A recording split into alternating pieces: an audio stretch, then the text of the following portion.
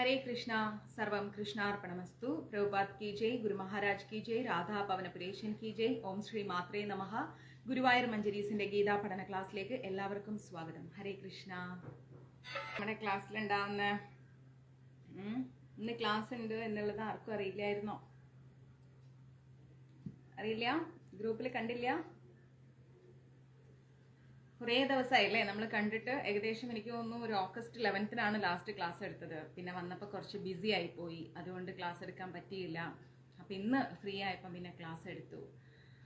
പതിവ് പോലെ തന്നെ ഗുരുവായൂർ മഞ്ജരീസ് കോൺടാക്ട് നമ്പർ 9342494941 93 42 49 49 41.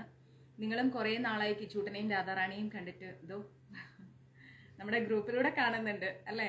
നേരിട്ട് കാണുന്നത് കുറച്ച് ലേറ്റ് ആയിട്ടാണ്.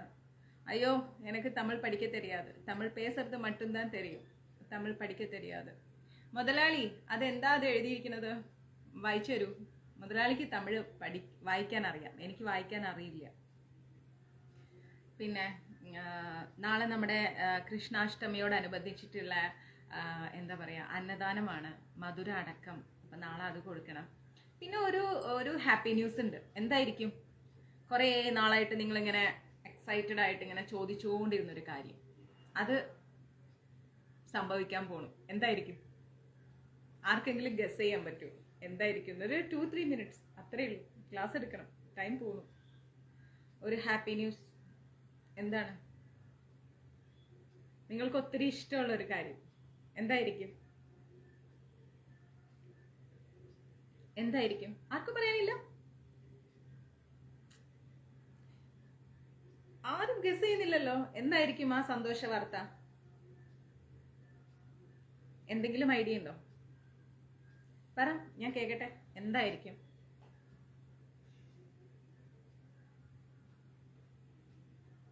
ശരി, നിങ്ങൾ ആരും ഗസ് ചെയ്യുന്നില്ലെങ്കിൽ പിന്നെ ഞാൻ ഇനി പറയുന്നില്ല. അതങ്ങനെ പോട്ടെ, അത് വേണ്ട അല്ലേ? കേൾക്കണ്ടെന്നാണോ? രാധാഷ്ടമി നമുക്ക് എവറി ഇയർ ഉണ്ട്. രാധാഷ്ടമി സെലിബ്രേഷൻ ഉണ്ട്. രാധാഷ്ടമി നമ്മൾ അങ്ങനെ സെലിബ്രേറ്റ് ചെയ്യില്ല, എന്നാലും നമ്മൾ ക്ലാസ് ഉണ്ടെന്ന് അറിഞ്ഞാൽ സമയം നോക്കിയിരിക്കും. സോറി മാതാജി, വരാൻ കുറച്ച് ലേറ്റായി, അതാണ്. രാധാഷ്ടമി, കൃഷ്ണാഷ്ടമി എല്ലാം നമുക്ക് ഓക്കെ, എല്ലാം ഉണ്ട്. ഗെറ്റ് ടുഗദർ നമ്മൾ ഓൾറെഡി പ്ലാൻ ചെയ്യുന്നുണ്ട്. നമ്മൾ ഓൾറെഡി ഇസ്കോൺ ഫോളോവേഴ്സ് ആണ്. അല്ലാണ്ട് അയ്യോ, അപ്പൊ അത് നിങ്ങൾക്ക് ഹാപ്പി ന്യൂസ് അല്ലായിരുന്നോ? അപ്പൊ നിങ്ങളത് സൂം, അത് നിങ്ങൾക്കൊരു ഹാപ്പി ന്യൂസ് ആണല്ലേ? വൈകാതെ സൂം വെക്കുന്നുണ്ട്. കുറെ ലേറ്റ് ആവാറ്. അവാർഡ് കിട്ടുന്നതൊക്കെ നമുക്ക് അത്ര ഹാപ്പി ന്യൂസ് ആണോ? സമ്മാനങ്ങൾ ഇനി അയ്യോ, അപ്പൊ ഞാൻ പ്രതീക്ഷിച്ചതൊക്കെ വെറുതെ ആയി. അപ്പൊ അത് ഹാപ്പി ന്യൂസ് അല്ല അല്ലേ? ഞാൻ കരുതി ഇവരിങ്ങനെ കുറെ ആഗ്രഹിച്ചിരിക്കണ കാര്യമാണെന്നൊക്കെ ആലോചിച്ച് ഞാനിങ്ങനെ. മാതാജി ഗുരുവായൂർ വരുന്നു. അത് ആരാ പറഞ്ഞത്? രുക്മ അനിൽ മാതാജി. യെസ്, ഞാനൊരു ദിവസത്തേക്ക് ഗുരുവായൂർ വരുന്നുണ്ട്. കുറെ നാളായി വന്നിട്ട്. അത് മാത്രല്ല, കേരളത്തിലേക്ക് വരുന്നുണ്ട് ഒരു 4 ദിവസത്തേക്ക്. എനിക്ക് നിങ്ങളെ കാണാനും നിങ്ങൾക്ക് എന്നെ കാണാനും നമുക്ക് ഒരുമിച്ചിരിക്കാനുമായിട്ട് ഒരു 4 days ഞാൻ കേരളത്തിലുണ്ടാവും. ഹാപ്പി? ഒരു ഹാപ്പി ഇല്ല. ഞാൻ ഭയങ്കര എക്സൈറ്റഡ് ആയിരുന്നു. അയ്യോ, എനിക്ക് എൻ്റെ മഞ്ജരീസിൽ പലരെയും കാണാം എന്നൊക്കെ കരുതിയിട്ട് ഞാൻ ഭയങ്കര ഹാപ്പി ആയിരുന്നു. ഇപ്പൊ നോക്ക്, ആരും ഒന്നും പറയുന്നില്ല. എല്ലാരും ഇങ്ങനെ ഇരിക്കുന്നു. വരണ്ടേ? വേണ്ടെങ്കിൽ വേണ്ട, ശരി, ഓക്കെ, ഞാൻ വരുന്നില്ല. എന്നാല് വേണ്ട, പിന്നെ എന്തിനാ വരണേ? അല്ലെങ്കിൽ മാതാജി വാ എന്ന് പറഞ്ഞോണ്ടിരിക്കും. ഇപ്പൊ വരുന്നു എന്ന് പറഞ്ഞപ്പോഴത്തേക്ക് ഒരു അനക്കോ ഇല്ല. ഹാപ്പി. 30 അല്ലെങ്കിൽ 31 ഗുരുവായൂരുണ്ടാവും. പിന്നെ 1-ാം തീയതി ഒരു ഹാപ്പി കോഴിക്കോടും വരുന്നുണ്ട്. 1-ാം തീയതി നമ്മുടെ ഇവിടെ തൃശ്ശൂർ ഒരു പ്രോഗ്രാം ഉണ്ട്. അപ്പം രുക്മ മാതാജി ഞാൻ ഒരുപാട് ആഗ്രഹിച്ചാണ്. സത്യം ഞാനും നിങ്ങളെ കാണാൻ ഭയങ്കര എക്സൈറ്റഡ് ആയിട്ട് ഇരിക്കുകയാണ്. കാരണം എല്ലാവരും ഞാനിങ്ങനെ പലരെയും നമ്മുടെ ഗെറ്റ് ടുഗദറിൽ വന്നവരെ മാത്രമേ എനിക്ക് കുറച്ചൊക്കെ ഫേസ് ഓർമ്മയുള്ളൂ. അല്ലാണ്ട് നോക്കുമ്പോൾ എല്ലാവരും ഇങ്ങനെ ലൈവിൽ മാത്രമല്ലേ കാണുന്നത്. അപ്പൊ എനിക്ക് നിങ്ങളെ കാണാൻ ഞാൻ ഭയങ്കര ഹാപ്പി ആയിട്ട് ഇരിക്കുകയല്ലേ. എനിക്ക് കാണണ്ടേ എൻ്റെ മഞ്ജരീസ് ഫാമിലിയെ നേരിട്ട് കാണാന്ന് പറയണത് എനിക്ക് എത്ര സന്തോഷമുള്ള കാര്യമാണ്. ഏറ്റുമാനൂർ വരണം എന്നുണ്ട്. സമയം കിട്ടിയാൽ തീർച്ചയായിട്ടും ഞാൻ വരും. ഇപ്പോ ഞാൻ വരുന്നത് ரொம்ப സന്തോഷം താ. ഈ വർഷം തന്നെ നമുക്ക് ഗെറ്റ് ടുഗദർ ഉണ്ട്. അത് മോനപ്പൻ മുതലാളിയായിട്ട് നമ്മളിങ്ങനെ പ്ലാൻ ചെയ്യുന്നുണ്ട്. നമ്മുടെ ഗെറ്റ് ടുഗദർ വളരെ അടുത്ത മാസങ്ങളിൽ നമുക്ക് എല്ലാവരുടെ ഒഴിവ് നോക്കിയിട്ട് ഒരു ഗെറ്റ് ടുഗദർ വെക്കണം. പിന്നെ ഇപ്പോ ഞാൻ വരുന്നത് ഗുരുവായൂരാണ്. തൃശ്ശൂര് വരുന്നത് 1-ാം തീയതിയാണ്. തൃശ്ശൂര് വരുന്നത് രാജലക്ഷ്മി അമ്മ. തൃശ്ശൂര് ഒരു അമ്പലത്തിൽ ഒരു പ്രോഗ്രാം ഉണ്ട്. അപ്പോൾ അതിന് അവർ സ്പെഷ്യലായിട്ട് മഞ്ജരീസ് ഫാമിലിയെ ഇൻവൈറ്റ് ചെയ്തിട്ടുണ്ട്. എല്ലാവരും വരണം മഞ്ജരീസിന്ന്. നമുക്ക് ആ ക്ഷേത്രത്തിൽ ചുറ്റുവിളക്ക് കൊടുക്കണം. ദേവിക്ക് എന്തെങ്കിലും സ്പെഷ്യലായിട്ട് നമുക്ക് കൊടുക്കണം. അതിലുപരി എന്താ പറയുക, വെളിച്ചപ്പാടുമാരുടെ, കേരളത്തിലെ വെളിച്ചപ്പാടുമാരുടെ അസോസിയേഷൻ്റെ കോമരക്കാരില്ലേ, നമ്മുടെ ഗുരുവായൂർ അമ്പലത്തിലെ കോമരം അടക്കമുള്ള എല്ലാവരും ഉണ്ട്. അവരുടെ അസോസിയേഷൻ്റെ ഒരു പ്രോഗ്രാമാണ്. അത് ആ ക്ഷേത്രത്തിൽ വെച്ചാണ് നടത്തുന്നത്. അപ്പൊ അതിന് മഞ്ജരീസിനെ അവർ ഇൻവൈറ്റ് ചെയ്തിരിക്കുകയാണ്. മഞ്ജരീസ് എന്ന് പറയുന്നത് ഒരിക്കലും ഞാൻ മാത്രമല്ല. മഞ്ജരീസ് എന്ന് പറഞ്ഞാൽ നമ്മളാണ്, നമ്മുടെ കുടുംബമാണ് അല്ലേ. അപ്പോൾ എല്ലാവരും വരിക. ആ ചുറ്റുവിളക്കിൽ നമ്മളെ കൊണ്ട് ഒരു തിരി ആ ക്ഷേത്രത്തിൽ കത്തിക്കുക. നല്ല ശക്തിയുള്ള ക്ഷേത്രമാണ്. ഞാൻ ഗ്രൂപ്പിലിട്ട് തരാം തൃശ്ശൂർ എവിടെയാണെന്നുള്ളത്. എനിക്കും ആ അഡ്രസ്സ് അങ്ങനെ പറഞ്ഞു തരാൻ അത്ര കൃത്യമായിട്ട് അറിയില്ല. വടകുറുമ്പ ദേവി ടെമ്പിൾ, അതാണ് ആ ക്ഷേത്രത്തിന്റെ പേര്, വടകുറുമ്പക്കാവ് ദേവി ടെമ്പിൾ. അപ്പോൾ എല്ലാവരും വരണം 1-ാം തീയതി നമുക്ക് ആ ക്ഷേത്രത്തില്. പിന്നെന്താ, മഞ്ജരീസിന്ന് എല്ലാവരും വരും, ക്ഷേത്രത്തിൽ വരൂ, ആ പരിപാടിയിൽ പങ്കെടുക്കൂ, അത്രയും ഗുരുക്കന്മാരുടെ അനുഗ്രഹം വാങ്ങിക്കൂ. ആ ക്ഷേത്രത്തിൽ നമ്മളെ കൊണ്ട് ഒരു തിരി തെളിയിക്കുക. ഞാനും ഉണ്ടാവും. നമ്മളെല്ലാവരും ഒരുമിച്ച് അന്ന് അവിടെ കാണും. റെഡിയല്ലേ? സദ്യയുണ്ട്. അത് മറക്കണ്ട, സദ്യയുണ്ട് അവിടെ അമ്പലത്തില്. ഓക്കെ, ഞാനത് കഴിക്കാനും കൂടി ഓടി വരുന്നത്. അപ്പൊ നിങ്ങളും വരണ്ടേ?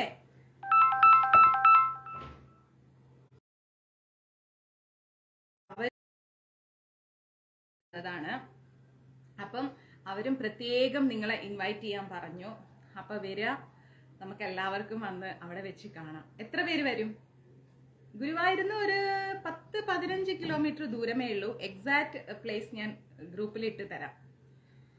സത്യമായിട്ട് വാ, ഞാനും ഉണ്ട് ഗുരുവായൂർ. നമുക്ക് ഗുരുവായൂരപ്പനെയും തൊഴാം, അവിടെ അമ്പലത്തിലും പോകാം. വരില്ലേ എല്ലാവരും?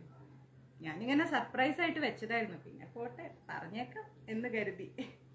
ഒരു 4 ദിവസത്തേക്ക് വരുന്നുണ്ട്. ഓക്കെ, അപ്പോൾ അങ്ങനെ ആ വിശേഷമൊക്കെ കഴിഞ്ഞു.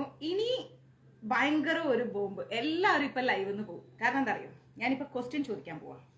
ഞാൻ ചോദിക്കട്ടെ. കുറെ ദിവസമായില്ലേ ക്ലാസ് എടുത്തിട്ട്, എല്ലാവരും നേരത്തെ പോയി ഉറങ്ങല്ലേ. മഹാഭാരതത്തില് എത്ര ശ്ലോകങ്ങളുണ്ട്? ഇനി ഭയങ്കര സീരിയസ് ആണ് കേട്ടോ, വേഗം പറയും. മഹാഭാരതത്തിൽ എത്ര ശ്ലോകങ്ങളുണ്ട്? ഞാൻ കേൾക്കട്ടെ. അന്നദാനമുണ്ട്. അയ്യോ, പിന്നെ ഞാൻ വരാതിരിക്കോ?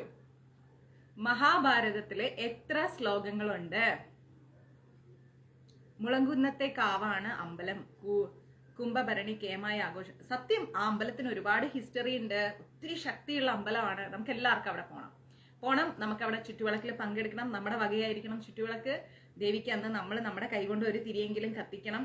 ഓക്കെ, ഒത്തിരി കാര്യങ്ങൾ ചെയ്യണം. ആരാ അത് പറഞ്ഞത്? 24,000 ശ്ലോകങ്ങൾ. വടിയുണ്ടോ ഇവിടെ? ഇപ്പൊ തൽക്കാലത്തേക്ക് വടിയില്ല, ഒരു പെന്നുണ്ട്. ഇനി പ്രസന്നാമ ഉത്തരം പറയരുത്.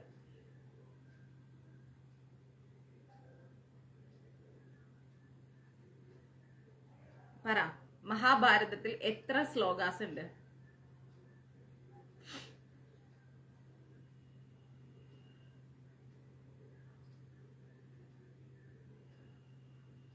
കോലാഴി, Thrissur on main road, Shoranur. Super, address വന്നു. ഷാജി പ്രഭു പറയുന്നു 18,000 എന്ന്. 1,00,000. ഇനി അടുത്തത് കണ്ടോ?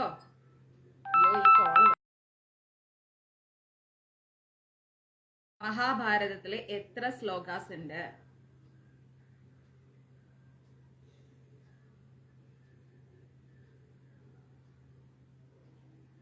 വളരെ മോശം. ഞാൻ ഇത്രയും നാള് ക്ലാസ് എടുത്തിട്ട് 24,000 ശ്ലോകമാണോ? അപ്പൊ അമ്മയും ഔട്ട് അല്ല. എത്ര ശ്ലോകമുണ്ട് മഹാഭാരതത്തില്? അപ്പൊ ഞാൻ ഇത്ര നാളും ക്ലാസ് എടുത്തത് വെറുതെ ആയില്ലേ? ഓർമ്മയില്ല. 60 ലക്ഷം ശ്ലോകങ്ങളുണ്ട്. ഇനി മറക്കരുത് കേട്ടോ. മഹാഭാരതത്തില് 1.25 ലക്ഷോ? അതെവിടുന്ന് കിട്ടി? അല്ല, മഹാഭാരതത്തില് 60 ലക്ഷം ശ്ലോകങ്ങളുണ്ട്. എത്രയുണ്ട്? രാമായണത്തിലാണല്ലേ 24,000 ശ്ലോകം. മഹാഭാരതത്തില് 60 ലക്ഷം ശ്ലോകങ്ങളുണ്ട്. കേട്ടിരുന്നോ മുമ്പേ? 18,000 ലേലം പിടിയാണോ? 1,800 ഉഷാമേ. 60 ലക്ഷം ശ്ലോകങ്ങളാണ് മഹാഭാരതത്തിലുള്ളത്. എത്ര? 1 ലക്ഷമല്ല, 60 ലക്ഷം. 60 ലക്ഷം. ഈ 60 ലക്ഷം ശ്ലോകങ്ങളില് 30 ലക്ഷം ശ്ലോകങ്ങൾ എന്ത് ചെയ്തു എന്നറിയോ? നാരദമുനി കൊണ്ടുപോയിട്ട് ദേവന്മാർക്ക് കൊടുത്തു. എങ്ങനെ? നാരദമുനി കൊണ്ടുപോയിട്ട് ദേവന്മാർക്ക് കൊടുത്തു. ഓർത്തു വെക്കില്ലേ? 30 ലക്ഷം ശ്ലോകം നാരദമുനി കൊണ്ടുപോയിട്ട് ദേവന്മാർക്ക് കൊടുത്തു. 15 ലക്ഷം എന്ത് ചെയ്തു? ദേവലൻ കൊണ്ടുപോയിട്ട് പിതൃക്കൾക്ക് കൊടുത്തു. ക്ലിയർ? 14 ലക്ഷം എന്ത് ചെയ്തു എന്നറിയോ? ശുഗൻ കൊണ്ടുപോയിട്ട് ഗന്ധർവന്മാർക്ക് കൊടുത്തു. ബാക്കിയുള്ള 1 ലക്ഷം ശ്ലോകങ്ങളാണ് നമ്മൾ മനുഷ്യന്മാർക്ക് കിട്ടിയിരിക്കുന്നത്. ക്ലിയർ? ബാക്കിയുള്ള 1 ലക്ഷം ശ്ലോകങ്ങളാണ് നമ്മൾ മനുഷ്യന്മാർക്ക് കിട്ടിയിരിക്കുന്നത്. മനസ്സിലായില്ലേ? ഇത്രയും ചിന്തിച്ചു വെച്ചാൽ മതി. ഇത്രയും ഓർത്തു വെച്ചാൽ. ഇനി ഒന്നും ഓർക്കണ്ട. ഇനി മഹാഭാരതം 2ാമത്തെ വോളിയം കഴിയാറായി. എന്നിട്ട് മഹാഭാരതത്തിന്റെ ശ്ലോക ചോദിച്ചപ്പം 1800, 18,000, 24,000, 35,000 ലേലം വിളി നടത്തുന്നു അല്ലേ? അപ്പൊ ക്ലാസ് എടുക്കുന്ന ഞാൻ ആരായി? ആരായി? ഒന്നുകൂടെ പറയണോ? മഹാഭാരതത്തില് 60 ലക്ഷം ശ്ലോകങ്ങളുണ്ട്. അതില് 30 ലക്ഷം ശ്ലോകം നാരദ മുനി കൊണ്ടുപോയിട്ട് ദേവന്മാർക്ക് കൊടുത്തു. 30 ലക്ഷം നാരദ മുനി കൊണ്ടുപോയിട്ട് ദേവന്മാർക്ക് കൊടുത്തു. പിന്നെ 15 ലക്ഷം ശ്ലോകം ദേവലന്മാര് കൊണ്ടുപോയിട്ട് പിതൃക്കൾക്ക് കൊടുത്തു. 30 ലക്ഷം നാരദ മുനി ദേവന്മാർക്ക് കൊടുത്തു. 15 ലക്ഷം ദേവലൻ കൊണ്ടുപോയിട്ട് പിതൃക്കൾക്ക് കൊടുത്തു. ഓക്കെ. 14 ലക്ഷം ശ്ലോകങ്ങള് ശുഗൻ കൊണ്ടുപോയിട്ട് ഗന്ധർവന്മാർക്ക് കൊടുത്തു. ശുഗൻ ഗന്ധർവന്മാർക്ക് കൊടുത്തു. ബാക്കിയുള്ള 1 ലക്ഷം ശ്ലോകമാണ് നമ്മൾ മനുഷ്യർക്ക് കിട്ടിയിരിക്കുന്നത്. നമ്മുടെ മഹാഭാരതത്തിന് ഭാരത സംഹിത എന്നൊരു പേരും കൂടി ഉണ്ട്. ഇതൊക്കെ നമ്മുടെ ഗുരുകുലത്തിലെ കുട്ടികളോട് ചോദിച്ചാല് ചടപടേന്ന് പറഞ്ഞിട്ട് അവര് പറയും. അറിയാമോ? എത്ര ഈസി ആയിട്ട് അവര് പറയുന്നറിയോ? മോശം കേട്ടോ, വളരെ മോശം. അപ്പോ ആ 1 ലക്ഷം ശ്ലോകങ്ങളാണ് നമ്മൾ മഹാഭാരതത്തിലൂടെ പഠിക്കുന്നത്. ഇനി മറക്കരുത്, തെറ്റിക്കരുത്. മറന്നാലും സാരമില്ല, ഞാനിങ്ങനെ ഇടയ്ക്കിടയ്ക്ക് ഓർമ്മപ്പെടുത്താം, പോരെ? പിന്നെ നമുക്ക് ഗീത സ്റ്റാർട്ട് ചെയ്യാം. കുറെ ദിവസമായില്ലേ ഗീത കേട്ടിട്ട്? ഗീത സ്റ്റാർട്ട് ചെയ്യാം. റെഡിയാണോ? ആണെങ്കിൽ യെസ് എന്ന് പറഞ്ഞ് മെസ്സേജ് ഇടൂ, അല്ലെങ്കിൽ റെഡി എന്ന് പറഞ്ഞ് മെസ്സേജ് ഇടൂ.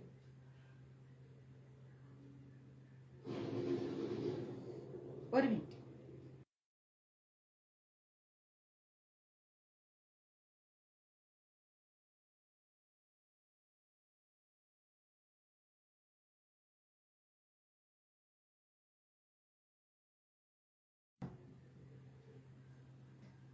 റെഡി? ഓക്കെ. അപ്പോ നമ്മള് ലാസ്റ്റ് ക്ലാസ്സിൽ പഠിച്ചത് രാജവിദ്യാ രാജഗുഹ്യ യോഗം എന്ന് പറയുന്ന അധ്യായം 9. ഓക്കെ. രാജവിദ്യാ രാജഗുഹ്യ യോഗം അധ്യായം 9 8 ശ്ലോക വരെ നമ്മൾ പഠിച്ചു. ഇനി നമ്മൾ 9ാമത്തെ ശ്ലോകത്തിലേക്ക് പോകുന്നു. 9ാമത്തെ ശ്ലോകം എന്ന് പറഞ്ഞാൽ ന ചാം മാം താനി കർമാണി നിവർത്തനന്തി ധനഞ്ജയ ഉദാസീനാവദാസി നമസ്കദം തേഷു കർമ്മസു എന്നാണ്. അതിന്റെ അർത്ഥം എന്താ? എനിക്കും അറിഞ്ഞൂടാ. നമുക്ക് പഠിക്കാം. ഞാനും നിങ്ങളും ഒരുപോലെ പഠിക്കുക. ഓക്കെ? അതെ, അവരെക്കാൾ കൊച്ചുകുട്ടികളാണ് എന്റെ മഞ്ചേരീസിലുള്ള അമ്മമാര്. സത്യം, എല്ലാ കുറുമ്പികളും കുറുമ്പന്മാരുമാണ്. ഒരെണ്ണം അടങ്ങിയിരിക്കില്ല. ഗുരുകുലത്തിലെ മക്കള് പിന്നെയും പറഞ്ഞ അടങ്ങിയിരിക്കും, ഓർത്ത് വെക്കും, എഴുതി വെക്കും. എന്റെ മഞ്ചേരീസ് ഫാമിലി, മാതാജി മറന്നുപോയി മാതാജി, ഓർമ്മയില്ല മാതാജി, ഞങ്ങൾക്ക് പ്രായമായില്ലേ മാതാജി, ഇതാണ് പറഞ്ഞ് എസ്കേപ്പ് ആവാൻ. ഇത് കേൾക്കുമ്പോ എനിക്ക് പാവം തോന്നും. 1008 പ്രശ്നങ്ങളല്ലേ, ടെൻഷൻ ആക്കണ്ട എന്ന് ഞാനും കൂടെ വിചാരിക്കും. അവരോ വീട്ടിൽ ഒരുപാട് പ്രശ്നങ്ങൾ, ഇനി ഞാനും കൊണ്ടുപോയി ടെൻഷൻ ആക്കണം എന്തിനാണ്? ശരി, സാരില്ലാന്ന് വെക്കും. അതുകൊണ്ടല്ലേ എല്ലാം മറന്നു കളയുന്നത്. ബിന്ദമ്മേ, മഹാഭാരതത്തിൽ എത്ര ശ്ലോകം ഉണ്ട്? നല്ല ആള് എന്റെ മുമ്പിൽ ഇരുന്നിട്ട് ഇപ്പൊ എന്നോട് എനിക്കറിയാൻ പാടില്ല, ഞാനിവിടെ എത്ര ശ്ലോകം ഉണ്ടെന്നാ പറഞ്ഞേ? 60 ലക്ഷം. പിന്നെന്താ അറിയില്ല പറഞ്ഞേ? ചോദിച്ചപ്പോ അവർക്ക് തന്നെ അറിഞ്ഞൂടാ, എന്നാ പിന്നെ എനിക്കെങ്ങനെ അറിയാനാന്ന്? 60 ലക്ഷം അതല്ല, ചോദിച്ചപ്പോ അവർക്ക് തന്നെ അറിഞ്ഞൂടാ, പിന്നെ എനിക്കെങ്ങനെ അറിയാനാന്ന്? കണ്ടോ, വല്ല കാര്യമുണ്ടോ ഇത് കേൾപ്പിക്കണ്ട? നമ്മൾ നാണം കെട്ടില്ലേ? ഇനി നമ്മളൊന്നും പറയണ്ട. കറക്റ്റ് 60 ലക്ഷം. അപ്പൊ ഇനി എന്ത് ചെയ്യാ? ഇങ്ങനെ നമ്മൾ ചീത്ത കേൾക്കണ്ട. നമ്മൾ ചോദിച്ചിട്ടുമില്ല, നമ്മൾ കേട്ടിട്ടുമില്ല, അല്ലേ? ചോദിച്ചപ്പോ അവർക്ക് തന്നെ അറിയാൻ പാടില്ല, പിന്നെയാണോ എനിക്കെന്ന്? ഹരേ കൃഷ്ണ. അപ്പൊ നമുക്ക് 9ാമത്തെ ശ്ലോകം പഠിക്കാം കേട്ടോ. 9ാമത്തെ ശ്ലോകത്തിൽ പറഞ്ഞിരിക്കുന്നത്, ധനഞ്ജയ, ഈ കർമ്മങ്ങൾക്കൊന്നും തന്നെ എന്നെ ബന്ധിപ്പിക്കാൻ കഴിയില്ല. ഭഗവാൻ പറയുന്നു, ധനഞ്ജയ, ഈ കർമ്മങ്ങൾക്കൊന്നും എന്നെ ബന്ധിപ്പിക്കാൻ കഴിയില്ല. ഒരു ഭൗതിക പ്രവർത്തനങ്ങളോടും ബന്ധപ്പെടാതെ ഉദാസീനനെ പോലെ സ്ഥിതി ചെയ്യുകയാണ് ഞാൻ. കണ്ടില്ലേ, ഭഗവാൻ പറയുന്നു, ഉദാസീനനെ പോലെ ഒരു കർമ്മങ്ങളിലും ഞാൻ ബന്ധപ്പെടുന്നില്ല. അതായത് ഈ ഭൂമിയിലുള്ള മെറ്റീരിയലിസ്റ്റിക് വേൾഡിലുള്ള ഒന്നും ഭഗവാനുമായിട്ട് കണക്ട് ആവുന്നില്ല. നമ്മൾ എന്താ പറയാ? ഭഗവാൻ അത് തന്നില്ല, ഭഗവാൻ ഇത് തന്നില്ല, ഭഗവാൻ എന്റെ പ്രാർത്ഥന കേട്ടില്ല, ഭഗവാൻ എന്നെ കരയിപ്പിച്ചു, എന്നെ സങ്കടപ്പെടുത്തി. പക്ഷെ ഭഗവാൻ പറയുന്നു, ഇതൊന്നുമായിട്ട് എനിക്ക് ഒരു ബന്ധവും ഇല്ല എന്ന് ഭഗവാൻ പറയുന്നുണ്ട്. അപ്പൊ നമ്മൾ ആരായി? നമ്മൾ ആരായി? ഭഗവാൻ ഇതൊന്നും ഒരു കണക്ഷനേ ഇല്ല. മെറ്റീരിയലിസ്റ്റിക് വേൾഡുമായിട്ട്, ഭൗതികതയുമായിട്ട് ഭഗവാൻ ഒരു കണക്ഷനും ഇല്ല. ഓക്കെ? ഭഗവാന് യാതൊരു പ്രവൃത്തിയും ചെയ്യുന്നില്ല, അല്ലെങ്കിൽ ഒരു പണിയെടുക്കാതെ ഒരു സ്ഥലത്ത് ഇരിക്കുകയാണ് എന്ന് നമ്മൾ ഒരിക്കലും ചിന്തിക്കരുത്. അദ്ദേഹം ആധ്യാത്മിക ലോകത്തിൽ എപ്പോഴും പ്രവർത്തിച്ചുകൊണ്ടേയിരിക്കുകയാണ്. അതായത് ഭഗവാൻ ആ ലോകത്തില്, ഭഗവാന്റെ ആധ്യാത്മിക ലോകത്തില് നമുക്കൊന്നും അവിടെ പ്രവേശിക്കാൻ യോഗം ഉണ്ടോന്ന് അറിഞ്ഞുകൂടാ. എങ്കിലും ഭഗവാൻ ഭൗതികതയിൽ യാതൊരു കണക്ഷനും ബന്ധവും വെക്കുന്നില്ലെങ്കിലും ആധ്യാത്മിക ലോകത്തിൽ ഭഗവാൻ എപ്പോഴും എന്തെങ്കിലും ചെയ്തുകൊണ്ടേയിരിക്കും. എന്തെങ്കിലും അല്ലാട്ടോ, ഇമ്പോർട്ടന്റ് ആയ കാര്യങ്ങളെല്ലാം ഭഗവാൻ ചെയ്തുകൊണ്ടേയിരിക്കും. ആത്മാരമസ്യ തസ്യാസ്തി പ്രകൃത്യാസ സമാഗമ എന്ന് പറയുന്നുണ്ട് ബ്രഹ്മസംഹിതയില്. അദ്ദേഹം എപ്പോഴും ശാശ്വതമായിരിക്കുന്ന, അതായത് നിലനിൽക്കുന്ന, ആനന്ദദായകമായിരിക്കുന്ന, അതായത് സന്തോഷം മാത്രം തരുന്ന ആധ്യാത്മിക പ്രവർത്തനത്തിൽ ഏർപ്പെട്ടിരിക്കുന്നു. ഒരു കാര്യം മനസ്സിലാക്കണം, ഈ ഭൗതികതയിലാണ് നമുക്ക് എപ്പോഴും പ്രശ്നങ്ങൾ ഉള്ളത്, സങ്കടങ്ങൾ ഉള്ളത്. മനസ്സിലായോ? ആധ്യാത്മിക ലോകത്തില് ഒരു സങ്കടങ്ങളും ഇല്ല, അവിടെ എപ്പോഴും ഹാപ്പിയാണ്. കാരണം എന്താ? അവിടെ ഭഗവാനുണ്ട്. മനസ്സിലായില്ലേ? അവിടെ ഭഗവാനുണ്ട്. പക്ഷെ ഇവിടെ ഭൗതിക ലോകത്തിൽ അപ്പൊ ഭഗവാനില്ലേ? ഭഗവാനുണ്ട്. എങ്ങനെയാണ്? ഭഗവാന്റെ നാമത്തിൽ ഭഗവാനുണ്ട്. മനസ്സിലായോ? ഭഗവാന്റെ നാമത്തിൽ ഭഗവാനുണ്ട്. അതുകൊണ്ടാണ് ഞാൻ പറഞ്ഞത്, ഒരിക്കലും ആൾ ദൈവങ്ങളിൽ വിശ്വസിക്കരുത്. കാരണം എന്താ? ഇത് കലിയുഗമാണ്. കലിയുഗത്തിൽ ഭഗവാൻ തന്നെ പറഞ്ഞിട്ടുണ്ട്, അദ്ദേഹത്തിന്റെ നാമത്തിൽ മാത്രമേ ഉള്ളൂ. ആവുന്നിടത്തോളം നാമം ജപിക്കൂ ഭഗവാന്റെ. എത്ര നാമങ്ങളുണ്ട് അല്ലേ? ഒരുപാട് നാമങ്ങളുണ്ട് ഭഗവാന്റെ. നാമം ജപിക്കൂ, ഭഗവാൻ നമ്മളിലേക്ക് അടുത്ത് വരും. മനസ്സിലാവുന്നുണ്ടോ? ആവുന്നത്ര നാമം ജപിക്കണം. ഇവിടെ ബിന്ദുമ്മ ഇങ്ങനെ ടെറസേ പോകുമ്പോഴും, ഇവിടെ അടുക്കളയിൽ നിൽക്കുമ്പോഴും, അവിടെ നിൽക്കുമ്പോഴും ഒക്കെ ഭഗവാന്റെ നാമം, ഓരോരോ പാട്ടുകൾ പാടിക്കൊണ്ടേയിരിക്കും ഭഗവാന്റെ. അതൊക്കെ അവർ പഠിച്ചത് ഗുരുവായൂരുന്നാ. അപ്പോ ഭഗവാന്റെ നാമം എത്രത്തോളം ജപിക്കാൻ പറ്റുമോ അത്രത്തോളം നമ്മൾ കലിയുഗത്തിൽ ഭഗവാന്റെ നാമം ജപിക്കണം. നാമത്തിൽ മാത്രമേ ഈശ്വരനുള്ളൂ, ആൾ ദൈവങ്ങളിൽ ഈശ്വരനില്ല. ഓക്കെ? നമസ്തേ. നമസ്തേ. മനസ്സിലായോ? അപ്പോ ഭൗതിക കർമ്മങ്ങളുമായിട്ട് ഭഗവാൻ ഒരു ബന്ധവും ഇല്ല. ഭഗവാന്റെ വിവിധ ശക്തികൾ, ഭഗവാൻ ഒരുപാട് ശക്തികളുണ്ടല്ലേ, അങ്ങനെയുള്ള ഭഗവാന്റെ വിവിധ ശക്തികളാണ് ഭൗതിക കർമ്മങ്ങളെല്ലാം ചെയ്യുന്നത്. അല്ലാതെ ഭഗവാൻ നേരിട്ട് വന്നിട്ട് ഒരിക്കലും ഇവിടെയുള്ള ഈ കർമ്മങ്ങൾ ചെയ്യുന്നില്ല. ഭഗവാന്റെ വിവിധ ശക്തികൾ, ഒരുപാട് ശക്തികളുണ്ട്, അതിൽ ഏതെങ്കിലുമൊക്കെ ശക്തികളാണ് ഇവിടെയുള്ള കർമ്മങ്ങൾ ചെയ്യുന്നത്. സൃഷ്ടിയിലെ ഭൗതിക ക്രിയകളിൽ അദ്ദേഹം ഉദാസീനനാണ്. അതായത് ഇവിടെ ഇങ്ങനെ ഓരോരോ ജന്മങ്ങൾ എടുപ്പിക്കുന്നില്ലേ, അതിലൊന്നും ഭഗവാൻ ഭയങ്കര ഇൻട്രസ്റ്റഡ് അല്ല. ഉദാസീനവധ എന്ന വാക്ക് ഉപേക്ഷാഭാവത്തെ കുറിക്കുന്നു. ഉദാസീനവധ എന്ന് പറഞ്ഞു കഴിഞ്ഞാൽ ഉപേക്ഷാഭാവത്തെ. ഭഗവാൻ അതിലൊന്നും ഒരു ഇൻട്രസ്റ്റഡ് അല്ല. എന്തുകൊണ്ടാണ് ഭഗവാൻ സൃഷ്ടിയിൽ അത്രയ്ക്ക് ഇൻട്രസ്റ്റഡ് അല്ല എന്ന് പറയാൻ കാരണം എന്താന്ന് വെച്ചാല്, ഭഗവാൻ ആഗ്രഹിക്കുന്നത് എന്താ? വളരെ സിമ്പിളാണ്. ഭഗവാൻ ആഗ്രഹിക്കുന്നത് എല്ലാവരും ഭഗവാനിലേക്ക് എത്തണം, അല്ലെ? പക്ഷെ നമ്മൾ എന്താ ചെയ്യുന്നത്? ഇവിടെ ഈ ഭൗതികതയിൽ ഇങ്ങനെ കുടുങ്ങിക്കിടക്കുകയാണ്. കാരണം എന്താ? നമ്മുടെ കർമ്മം. നമ്മൾ ഓരോ സമയത്ത് ഓരോരോ കർമ്മങ്ങൾ ചെയ്യും. ഞാൻ ചോദിക്കട്ടെ, നമ്മുടെ കണ്ണ്, മൂക്ക്, നാക്ക്, ത്വക്ക്, അങ്ങനെ നമ്മുടെ ഈ എന്താ പറയാ ശരീരം കൊണ്ടാണോ നമ്മൾ കർമ്മം ചെയ്ത് ഇവിടെ തന്നെ പെട്ടുപോകുന്നത്? അല്ല. നമ്മുടെ മനസ്സ്, വാക്ക്, ചിന്ത, പ്രവൃത്തി, ഇതൊക്കെ കർമ്മഫലങ്ങളായിട്ട് നമുക്ക് തിരിച്ചടിക്കും. മനസ്സിലായോ? പുറമെ എല്ലാം ഇങ്ങനെ ഇരുന്നിട്ട് മനസ്സിൽ നമ്മൾ നെഗറ്റീവായിട്ടാണ് ചിന്തിക്കുന്നതെങ്കിൽ ഉറപ്പായിട്ടും അതും ഒരു കർമ്മഫലം ഉണ്ടാക്കി തരും. മനസ്സിലാവുന്നുണ്ടോ? അപ്പോ ഒരിക്കലും എന്ത് ചെയ്യരുത്? നമ്മൾ പുറമേ കാണുന്ന പ്രവൃത്തികൾ മാത്രമല്ല, നമ്മുടെ ഉള്ളും പരിശുദ്ധമായിരിക്കണം. നമ്മുടെ ചിന്തകളും വാക്കും പ്രവൃത്തിയും എല്ലാം ക്ലീൻ ആയിരിക്കണം. എങ്കിൽ മാത്രമായിരിക്കും നമുക്ക് എന്ത് ലഭിക്കുക? ഒരു ഉദാസീനതയില്ലാത്ത ഒരു ഭാവം. അങ്ങനെ ആവുമ്പോ നമുക്ക് എപ്പോഴും ഭഗവാനുമായിട്ടൊരു കണക്ഷൻ ഉണ്ടാവും. ആ ബന്ധം നമ്മൾ ആധ്യാത്മിക ലോകത്തിലേക്ക് എത്തിക്കും. അപ്പൊ ഇവിടെ ഇങ്ങനെ സൃഷ്ടി നടന്നുകൊണ്ടേ ഇരിക്കില്ല, എല്ലാവരും ഭഗവാനിലേക്ക് എത്തും. മനസ്സിലായില്ലേ? ഇപ്പൊ നമ്മുടെ വീട്ടില് ഇപ്പൊ ഫോർ എക്സാമ്പിൾ നമ്മൾ ഓണം വരുന്നു, അപ്പൊ വീട്ടിൽ നിന്ന് എല്ലാവരും വിളിച്ചു, ഈ ഓണത്തിന് നമുക്ക് ഒരുമിച്ച് എല്ലാവർക്കും ഇരിക്കാം. ഓ സന്തോഷം. അപ്പൊ എല്ലാവരും അവിടെ ഒത്തുകൂടുമ്പോ നമ്മുടെ വീട്ടിലൊരു സന്തോഷം ഉണ്ട്, അല്ലേ? കാരണം ഞാനും കുറച്ച് നാളായി ഓണം വിഷു ഒക്കെ എന്റെ വീട്ടിൽ ആഘോഷിച്ചിട്ട് കുറച്ച് വർഷങ്ങൾ ഏറെ ആയിന്ന് വേണമെങ്കിൽ പറയാം, ഒരുപാട് വർഷങ്ങളായി. അപ്പൊ ഈ വർഷം അങ്ങോട്ട് എല്ലാവരും കൂടി ഒരുമിച്ച് ഒരു ഓണം ആഘോഷിക്കാം, അവർക്കൊപ്പം ഇരുന്ന് ഒരു ഓണം ഉണ്ണാം. അതുപോലെ സാത്വികമായിട്ടുള്ള ഭക്ഷണം എന്താന്ന് അവരെയും കൂടി ഒന്ന് പഠിപ്പിക്കാലോ, അല്ലെ? ഉള്ളി, വെളുത്തുള്ളി, സവാളയൊക്കെ ഇല്ലാണ്ടുള്ള ഒരു നല്ലൊരു ഓണസദ്യ, അതെന്താന്ന് അവർക്കും കൂടി ഒന്ന് പറഞ്ഞു കൊടുക്കാം. അങ്ങനെ ഒരുപാട് കാര്യങ്ങളോട് കൂടിയാണ് ഈ വർഷത്തെ ഓണത്തിന് ഞാനും പോകുന്നത്. അപ്പോ നമ്മളെല്ലാവരും ഒത്തുകൂടുമ്പോ നമുക്കൊരു സന്തോഷമുണ്ട്, ഇല്ലേ? അപ്പൊ അതെ, ബിന്ദുമ്മയും ഉണ്ട്. ബിന്ദുമ്മയ്ക്ക് ഈ പ്രാവശ്യം വീട്ടിൽ നിന്ന് ഒരുപാട് ഓണക്കോടിയൊക്കെ കിട്ടും, ഒരു സംശയവും ഇല്ല. കോളടിക്കൽ ആൾക്കായിരിക്കും, എല്ലാവരും കൊടുക്കുമല്ലോ. നമ്മുടെ ഫാമിലിയിൽ എല്ലാവരും ബിന്ദുമ്മയ്ക്ക് ഓണക്കോടി എല്ലാം കൊടുക്കുമല്ലോ. അപ്പൊ ആള് ഭയങ്കര അക്കാര്യത്തിൽ എക്സൈറ്റഡ് ആയിട്ട് ഇരിക്കുകയാണ്. അപ്പൊ അങ്ങനെ ഇരിക്കെ നമ്മളെല്ലാവരും ഒത്തുകൂടുമ്പം നമുക്കൊരു സന്തോഷമുണ്ട്, ഇല്ലേ? അതേപോലെ ഭഗവാന്റെ അടുത്തേക്ക് നമ്മളെല്ലാവരും ഒത്തുകൂടുമ്പം ഭഗവാൻ എത്ര സന്തോഷിക്കും. പക്ഷെ അതിനു പകരം നമ്മൾ എന്താ ചെയ്യുന്നത്? നമ്മൾ ശാരീരം കൊണ്ടും നമ്മുടെ ശാരീരികമായിരിക്കുന്ന കുറെ കാര്യങ്ങൾ കൊണ്ടും മാനസികമായിരിക്കുന്ന കുറെ കാര്യങ്ങൾ കൊണ്ടും തെറ്റ് ചെയ്തിട്ട് കർമ്മഫലം അനുഭവിക്കാൻ ഇവിടെ തന്നെ ജനിച്ചുകൊണ്ടിരിക്കുക. അതുകൊണ്ടാണ് ഭഗവാന് സൃഷ്ടിയിൽ അധികം ഇൻട്രസ്റ്റ് ഇല്ലാത്തത്. അതാണ് പറയുന്നത് ഉദാസീനവധ എന്ന് പറഞ്ഞു കഴിഞ്ഞാൽ ഭൗതിക ക്രിയകളിൽ അദ്ദേഹം കുറച്ച് ഉദാസീനനാണ്. കാരണം വലിയ താല്പര്യമില്ല ഭഗവാന്. വീണ്ടും വീണ്ടും എന്റെ ആൾക്കാരെ, എന്റെ ജീവാത്മാക്കളെ ഇവിടെ ഇങ്ങനെ സൃഷ്ടിച്ചു കൂട്ടുന്നതിൽ എനിക്ക് വലിയ താല്പര്യമില്ല എന്ന് തന്നെ ഭഗവാൻ പറയുന്നു. ഓരോ സൂക്ഷ്മാംശവും അദ്ദേഹത്തിന് അധീനനാണെങ്കിലും, അതായത് ഒരു മൺതരി ഉണ്ടെങ്കിൽ ആ മൺതരി വരെ ഭഗവാനുമായിട്ട് കണക്റ്റഡ് ആണ്. അപ്പോ ഉദാസീനനെ പോലെയാണ് ഭഗവാന്റെ നില. കാരണം എന്താ? എന്റെ അടുത്തുനിന്ന് എന്റെ ഭക്തരെല്ലാം, എന്റെ ജീവാത്മാക്കളെല്ലാം ഭൂമിയിലേക്ക് പോവാണ്, വിവിധ ബ്രഹ്മാണ്ടങ്ങളിലേക്ക് പോവാണ്. അത് ഭഗവാന് ഇഷ്ടമില്ല. എല്ലാവരും ഭഗവാനിലേക്ക് എത്താനാണ് ഭഗവാന് ഇഷ്ടം. അപ്പൊ അതിന് നമ്മൾ എന്താ ചെയ്യേണ്ടത്? ഭഗവാനെ വിഷമിപ്പിക്കാതിരിക്കുക.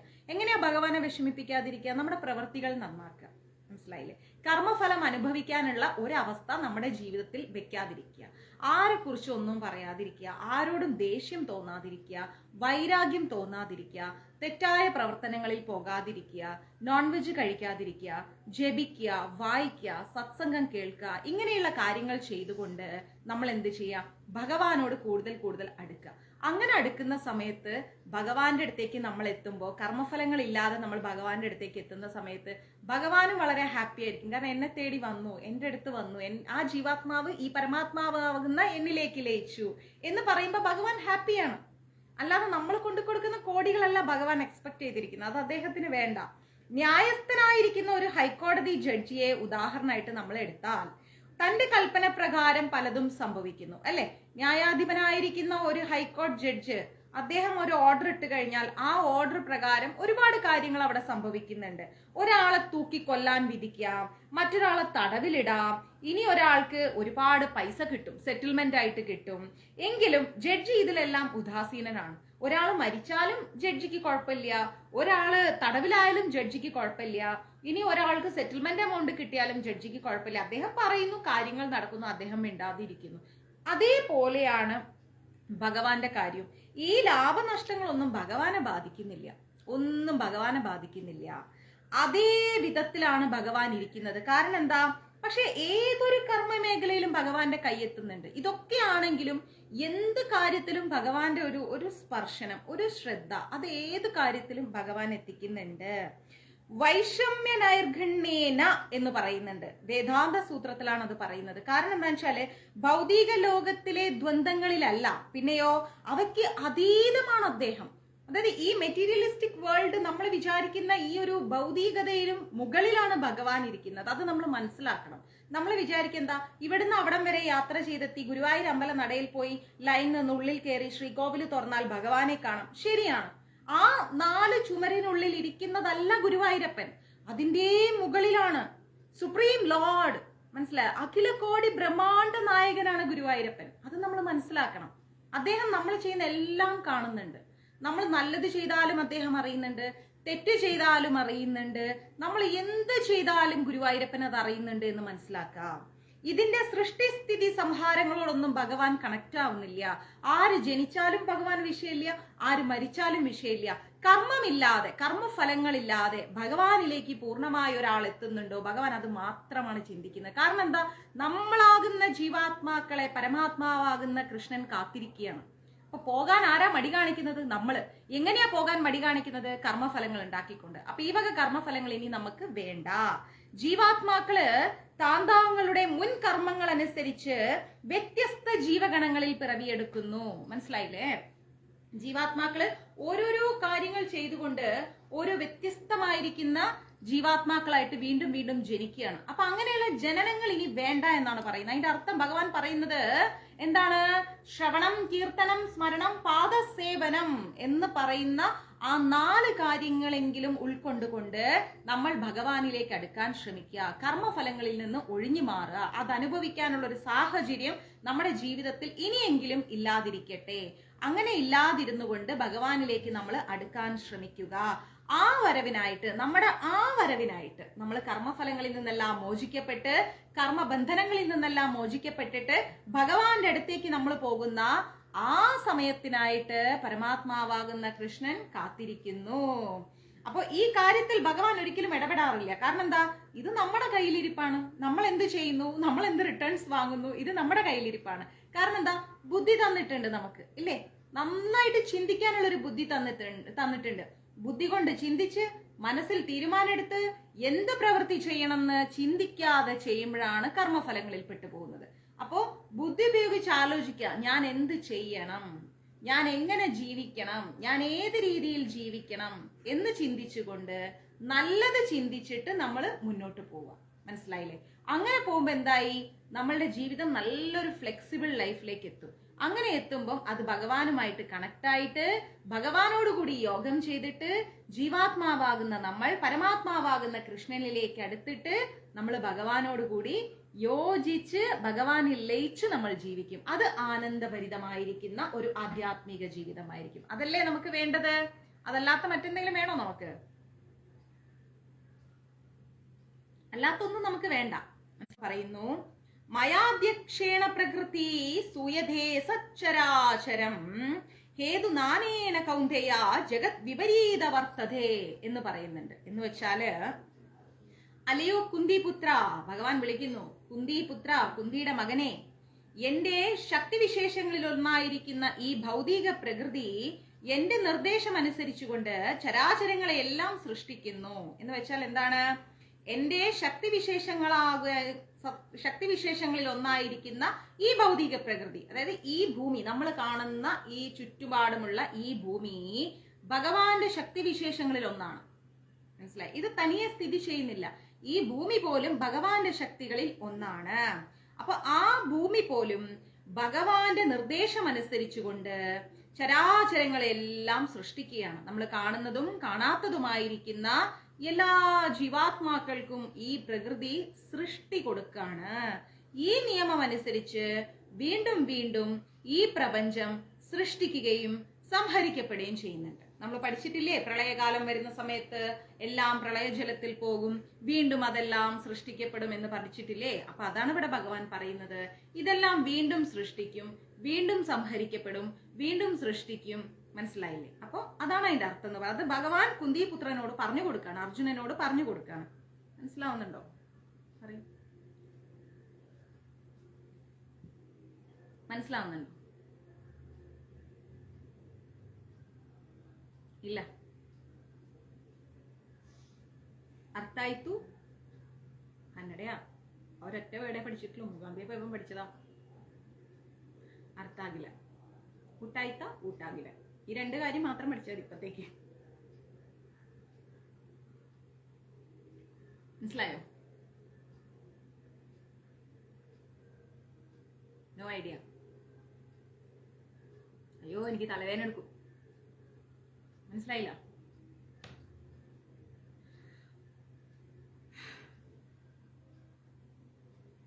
Okay, what okay? എന്താണ് മനസ്സിലായത്? മനസ്സിലായോ ഞാൻ പറഞ്ഞത്? വല്ലതും ഉണ്ട്, മനസ്സിലാവുന്നുണ്ട്. Okay okay okay, super. ഭൗതിക ലോകത്തിന്റെ പ്രവർത്തനങ്ങളില് നിന്നെല്ലാം അകന്നാണ് ഭഗവാൻ സ്ഥിതി ചെയ്യുന്നത്. അതായത് ഈ ലോകത്തിന്റെ പ്രവർത്തനങ്ങളിൽ നിന്നെല്ലാം വേറിട്ടിട്ടാണ് ഭഗവാൻ നിൽക്കുന്നത്. അതിന്റെ ആധ്യാത്മിക നിയന്ത്രണം അദ്ദേഹത്തിൻ്റെതാണ് എന്ന് നമ്മൾ മനസ്സിലാക്കണം. ഇതിൽ നിന്നൊക്കെ മാറിയിട്ടാണ് ഭഗവാൻ നിൽക്കുന്നതെങ്കിലും ഈ ഭൗതിക ലോകത്തിന്റെ പ്രവർത്തനങ്ങളുടെ നിയന്ത്രണം ഭഗവാന്റെ കയ്യിലാണ്. നമ്മൾ പറയാറില്ലേ, നമ്മൾ എത്ര ഫ്രീഡം മക്കൾക്ക് കൊടുത്താലും അവരെ കൺട്രോൾ ചെയ്യുന്ന ചരട് നമ്മുടെ കയ്യിലുണ്ടാവും. അതേപോലെ ഈ ലോകത്തിന്റെ പ്രവർത്തനങ്ങളെല്ലാം ഭഗവാനിൽ നിന്ന് പുറത്താണ് നിൽക്കുന്നത്. ഭഗവാന് താല്പര്യമില്ല ഇതൊന്നും. പക്ഷെ അതിന്റെ ചരട്, ആ ഒരു കുഴപ്പമില്ല, ആ ഒരു എന്താ പറയാ കൺട്രോൾ, അത് ഭഗവാന്റെ കയ്യിലാണ്. ഭൗതിക ലോകത്തിന്റെ പശ്ചാത്തലവും ഇതിന് പിന്നിലുള്ള ഇച്ഛാശക്തിയുമാണ് ഭഗവാൻ. ഈ ലോകത്തിന്റെ പശ്ചാത്തലവും ഇതിന് പിന്നിലുള്ള ഇച്ഛാശക്തിയും ഭഗവാനാണ്. ഭരണ ചുമതല ഭൗതിക പ്രകൃതിയുടേതും വിഭിന്നാകൃതികളിൽ വിവിധ വർഗങ്ങളിൽ പിറക്കുന്ന ജീവാത്മാക്കളുടേതുമായ പിതാവാണ് ഞാൻ. ഭഗവാൻ പറയുന്നു, ഭരണ ചുമതല, ഈ ലോകം ഭരിക്കുന്നത് ആരാണ്? ഭഗവാനാണ്. നമ്മൾ പറയും ഇന്ത്യക്ക് ഒരു പ്രസിഡന്റ് ഉണ്ട്, അമേരിക്കയ്ക്ക് ഒരു പ്രസിഡന്റ് ഉണ്ട്, ഇറ്റലിക്ക് ഒരു പ്രസിഡന്റ് ഉണ്ട്, ഇവരാണ് ടോപ്പസ്റ്റ് എന്ന്. നെവർ അവർ. ഭഗവാനാണ് സുപ്രീം ലോർഡ്. അദ്ദേഹമാണ് ഇത് ഭരിക്കുന്നത്. ഈ ലോകം ഭരിക്കുന്നത് ഭഗവാനാണ്.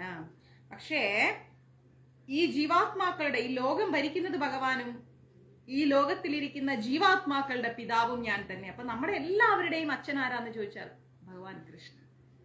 മനസ്സിലായില്ലേ? ഭഗവാൻ കൃഷ്ണൻ. എന്തുകൊണ്ട് നമുക്ക് അച്ഛനെ അനുസരിക്കാൻ പറ്റുന്നില്ല? ഭഗവാനെ അനുസരിക്കുന്ന ഒരു വ്യക്തി ഗീത അനുസരിക്കും. ഞാൻ മുമ്പ് ഏതോ ക്ലാസ്സിൽ പറഞ്ഞിട്ടുണ്ട്, ഒരു കുട്ടിക്ക് ഒരു ടോയ് വാങ്ങിച്ചു കൊടുത്താൽ ആ ടോയിന്റെ അകത്ത് ആ ടോയ് വെച്ച് എങ്ങനെ കളിക്കും എന്നുള്ള ഒരു മാനുവൽ ഗൈഡ് ഉണ്ടാവും അല്ലെ? ആ ഒരു ഇൻസ്ട്രക്ഷൻസ് വെച്ചിട്ടാണ് നമ്മൾ അത് ആ ടോയ് കണക്ട് ചെയ്യുന്നത്. അപ്പൊ അതേപോലെ ഈ പറയുന്ന ഭഗവാൻ മനുഷ്യരാകുന്ന നമ്മൾക്ക് ജീവിക്കാൻ തന്ന ഒരു മാനുവൽ ഗൈഡാണ് ഗീത എന്ന് പറയുന്നത്. ഗീത പഠിക്കുകയും ഗീത കേൾക്കുകയും ഗീത വായിക്കുകയും ചെയ്തു കഴിഞ്ഞാൽ പിന്നെ നമുക്ക് ഒന്നിനെ കുറിച്ചും ആലോചിച്ച് വേവലാതിപ്പെടണ്ട. കാരണം എന്താ? ഗീതയിലുണ്ട് ഒരു മനുഷ്യൻ എങ്ങനെ പഠിക്കണം എന്നുള്ളത്, എങ്ങനെ ജീവിക്കണം, എന്ത് ചെയ്യണം, ഏത് രീതിയിൽ പോകണം. ഒരു മനുഷ്യന് ദുഃഖം വന്നാൽ അതിന്റെ കാരണം എന്ത്, സുഖം വന്നാൽ അതിന്റെ കാരണം എന്ത്, എല്ലാം ഗീതയിലുണ്ട്. ഗീത കംപ്ലീറ്റ് ആയിട്ട് മനസ്സിലാക്കിയ ഒരു വ്യക്തിക്ക് ദുഃഖം എന്ന വാക്കിന്റെ അർത്ഥമേ അറിയില്ല, സുഖം എന്ന വാക്കിനെ കുറിച്ച് ചിന്തിക്കേ ചെയ്യില്ല. കാരണം എന്താ? ഇതിലെല്ലാം വിട്ടിട്ടുള്ള ഒരു ആനന്ദമായിരിക്കുന്ന ഒരു അനുഭൂതിയിലായിരിക്കും ആ ഭക്ത അല്ലെങ്കിൽ ഭക്തൻ ജീവിക്കുന്നത്. മനസ്സിലായോ? ഭഗവാൻ ഗീതയിൽ തന്നെ പറയുന്നുണ്ട്, ഞാൻ സമസ്ത ജീവാത്മാക്കളുടെയും പിതാവാണ്. മാതൃഗർഭത്തിൽ കുട്ടിയായി വളരേണ്ടുന്ന ബീജങ്ങൾ നിക്ഷേപിക്കുന്നത് ഭഗവാനാകട്ടെ. കടാക്ഷമാത്രാൽ പ്രകൃതി ഗർഭത്തിൽ സർവ്വജീവഗണങ്ങളുടെയും ബീജാഭാവം മുൻ ജന്മങ്ങളിലെ ആഗ്രഹങ്ങൾക്കും പ്രവർത്തിനികൾക്കും അനുസരിച്ചായിരിക്കും അവയോരോന്നും ഓരോ വർഗത്തിലും ആകൃതിയിലും പ്രവർത്തിക്കുന്നത്. ഒരു മാതാവിന്റെ ഗർഭത്തിൽ വരുന്ന ബീജം, മനസ്സിലായില്ലേ? ആ ബീജം നിക്ഷേപിക്കുന്നത് പോലും ഭഗവാനാണ്. അത് ഏത് മാതാവായിക്കോട്ടെ, മനുഷ്യനായി പിറക്കുന്ന മാതാവെന്നില്ല. ഇനി ഒരു ആടായാലും കുതിരയായാലും എരുമയായാലും പോത്തായാലും ഏത് ജീവാത്മാക്കളെ, ഞാൻ പറഞ്ഞതില് പുല്ലിംഗണ്ടായി പോയി തോന്നുന്നുണ്ടല്ലേ, സോറി. അപ്പോ ഏതൊരു എന്താ പറയാ സ്ത്രീലിംഗത്തിൽപ്പെട്ട ജീവാത്മാക്കളുടെയും ഗർഭത്തിൽ വരുന്ന ആ ബീജം നിക്ഷേപിക്കുന്നത് ആരാ? ഭഗവാനാണ്. മനസ്സിലായില്ലേ? ആ ബീജം നിക്ഷേപിക്കുമ്പോ ആ ബീജം അതിന്റെ കഴിഞ്ഞ ജന്മത്തിൽ എന്തായിരുന്നോ, എന്ത് ചെയ്തിരുന്നോ അതിന്റെ അടിസ്ഥാനപരമായിരിക്കുന്ന രീതിയിലായിരിക്കും വീണ്ടും അത് പിറവിയെടുക്കുന്നത്. മനസ്സിലായോ? ഇപ്പോ ഒരു നല്ല കർമ്മങ്ങളൊക്കെ ചെയ്ത് ഇനി എന്തെങ്കിലും കുറച്ച് ആഗ്രഹങ്ങളോട് കൂടി മരിച്ചു പോയതാണെങ്കിൽ സാരല്ലേ, മരിച്ചു പോയതാണെങ്കിൽ അത് അവരുടേതായ രീതിയിലുള്ള ഒരു ജന്മത്തിലേക്ക് വരും, മനുഷ്യനായിട്ട് പിറക്കും. നല്ല നല്ല ഒരു പൂവായി പിറന്നാൽ പോലും പുണ്യമാണ്. കാരണം എന്താ, ഒരു പൂവായി പിറന്നിട്ട് ആ പൂവ് ഭഗവാന്റെ പാദങ്ങളിൽ വന്ന് വീഴാനുള്ള അനുഗ്രഹം ലഭിച്ചാലുള്ള അവസ്ഥ ആലോചിച്ച് നോക്കിക്കേ. ആ പൂവിന്റെ ജന്മം മോക്ഷമായി തീർന്നു, ഇനി ആ പൂവിനൊന്നുമില്ല, കഴിഞ്ഞു അല്ലേ? അതല്ലേ ഏതോ ഒരു പാട്ടുണ്ട്, ഒരു തുളസിയായി ജനിക്കണം എന്നൊക്കെ പറഞ്ഞുകൊണ്ടൊരു പാട്ടന്നുണ്ടല്ലോ, ഭഗവാന്റെ പാദങ്ങളിൽ വന്ന് അമരണം എന്നൊക്കെ പറഞ്ഞൊരു പാട്ട് തന്നെയുണ്ട്. അപ്പൊ അങ്ങനെയൊക്കെ നമ്മൾ എന്താ ചിന്തിക്കേണ്ടത്, ഒരു പുഷ്പമായി ജനിച്ചാൽ പോലും നമുക്ക് പ്രകൃതിയിൽ എന്തില്ല, യാതൊരുവിധ പരാതികളും ഇല്ല. കാരണം എന്താ, ആ പുഷ്പമായി പിറന്ന് ഭഗവാന്റെ തൃപ്പാദങ്ങളിൽ നമ്മളൊരു പൂജാ മലരായി മാറിക്കഴിഞ്ഞാൽ അതിലേറെ പുണ്യമുള്ളൊരു ജന്മം എന്താ ഉള്ളത്? ഒന്നുമില്ല. അപ്പോ നമ്മൾ മനസ്സിലാക്കേണ്ടത്, നമുക്ക് മനുഷ്യനായ ഒരു ജന്മം കിട്ടിയിട്ട് ആ ജന്മത്തിൽ ഭഗവാനെ അറിഞ്ഞിട്ട് ഭഗവാനെ സ്നേഹിച്ചിട്ട് ഭഗവാന്റെ ഹിതം മനസ്സിലാക്കി ജീവിക്കാൻ നമ്മൾ ഉപയോഗിക്കേണ്ട മാനുവൽ ഗൈഡാണ് ഗീത എന്ന് പറയുന്നത്. ആ ഗീതയ്ക്ക് അനുസൃതമായിട്ട് നമ്മൾ ജീവിക്കാൻ പഠിക്കണം. അപ്പോ അല്ലാതെ നമ്മൾ ആഗ്രഹങ്ങൾക്ക് പിന്നാലെ പോയിട്ടാണ് ജീവിക്കുന്നത് എങ്കിൽ ഇനിയൊരു ജന്മം ഉണ്ടെങ്കിൽ ആ ജന്മം നമ്മുടെ ഈ ജന്മത്തെ കണക്ട് ചെയ്തിട്ടായിരിക്കും. അതിനുള്ള ഒരു അവസരം നമ്മൾ വെക്കേണ്ട. ഭഗവത് കടാക്ഷത്തിൽ നിന്നുള്ളവയാണെങ്കിലും മുജ്ജന്മങ്ങളിലെ ആഗ്രഹവും കർമ്മവും അനുസരിച്ച് ആ ജീവാത്മാക്കൾ വിവിധ തരത്തിലുള്ള ജന്മം എടുക്കുന്നു. ഈ ജന്മത്തിൽ എന്താണോ ആഗ്രഹിക്കുന്നത്, എന്താണോ ചിന്തിക്കുന്നത്, എന്താണോ പ്രവർത്തിക്കുന്നത്, ഇതിനനുസൃതമായിട്ടായിരിക്കും അടുത്ത ജന്മം നമുക്ക് കിട്ടുന്നത്. ആ നിലയ്ക്ക് ഒരു സൃഷ്ടിയിലും ഭഗവാൻ ഇടപെടുന്നില്ല. ഭഗവാൻ നോക്കുമ്പോഴെന്താ, കർമ്മഫലങ്ങളുടെ ഒരു ഘോഷയാത്രയാണ്. ആ ഘോഷയാത്രയുടെ പിന്നാലെ ഓടിക്കൊണ്ടിരിക്കുകയാണ് ജീവാത്മാക്കൾ. ഇവരൊന്നും കർമ്മഫലം ഒഴിവാക്കിയിട്ട് എന്നിലേക്ക് മടങ്ങി വരാൻ ആഗ്രഹിക്കുന്നുണ്ടെന്ന് തോന്നുന്നില്ല എന്ന് ഭഗവാൻ ആലോചിച്ചുകൊണ്ടിരിക്കുകയാണ്. അപ്പൊ അതൊക്കെ വിട്ടിട്ട് എനിക്ക് യാതൊരുവിധ കർമ്മ പാപഫലങ്ങളിലും ബന്ധനങ്ങളിലും എനിക്ക് പെടണ്ട, എനിക്ക് ഭഗവാൻ കൃഷ്ണനിലേക്ക് പോയാൽ മതി എന്ന ചിന്തയോടുകൂടി ഒരു വ്യക്തി ജീവിക്കുകയാണെങ്കിൽ, അങ്ങനെ ജീവിച്ച് പ്രവർത്തിക്കുകയാണെങ്കിൽ, ഭൗതികമായിരിക്കുന്ന ഒന്നിനോടും ആഗ്രഹമില്ലാതെ ജീവിക്കുകയാണെങ്കിൽ ഉറപ്പായിട്ടും ഭഗവാനുമായിട്ട് നമുക്ക് കണക്ഷൻ ആവാം, ഭഗവാനുമായിട്ട് നമുക്ക് ബന്ധപ്പെട്ട് ജീവിക്കാം. പ്രകൃതിയെ കടാക്ഷിക്കുക മാത്രം ചെയ്യുന്നു. നമ്മളാകുന്ന ജീവാത്മാക്കളെ കരുതലോടുകൂടി വളർത്തിക്കൊണ്ടുവരുന്ന പ്രകൃതിയിൽ ഭഗവാൻ കടാക്ഷം നൽകുന്നുണ്ട്. പ്രകൃതി ഇങ്ങനെ പ്രചോദിതയാവുമ്പോൾ ചരാചരങ്ങളെല്ലാം ക്ഷണേന സൃഷ്ടിക്കപ്പെടുകയാണ്. ഈ പ്രകൃതിയിൽ എല്ലാ ജീവാത്മാക്കളും ഇങ്ങനെ ജനിച്ചുകൊണ്ടേയിരിക്കുകയാണ്. ഭൗതിക പ്രപഞ്ചത്തെ കടാക്ഷിക്കുക എന്നത് ഭഗവാന്റെ ഭാഗത്തു നിന്നുള്ള ഒരു പ്രവർത്തനം തന്നെയാണെന്ന് സംശയരഹിതമായി നമുക്ക് പറയാൻ സാധിക്കും. എങ്കിലും പ്രപഞ്ചാവിർഭാവത്തോട് അദ്ദേഹത്തിന് നേരിട്ടൊരു ബന്ധവും ഇല്ല.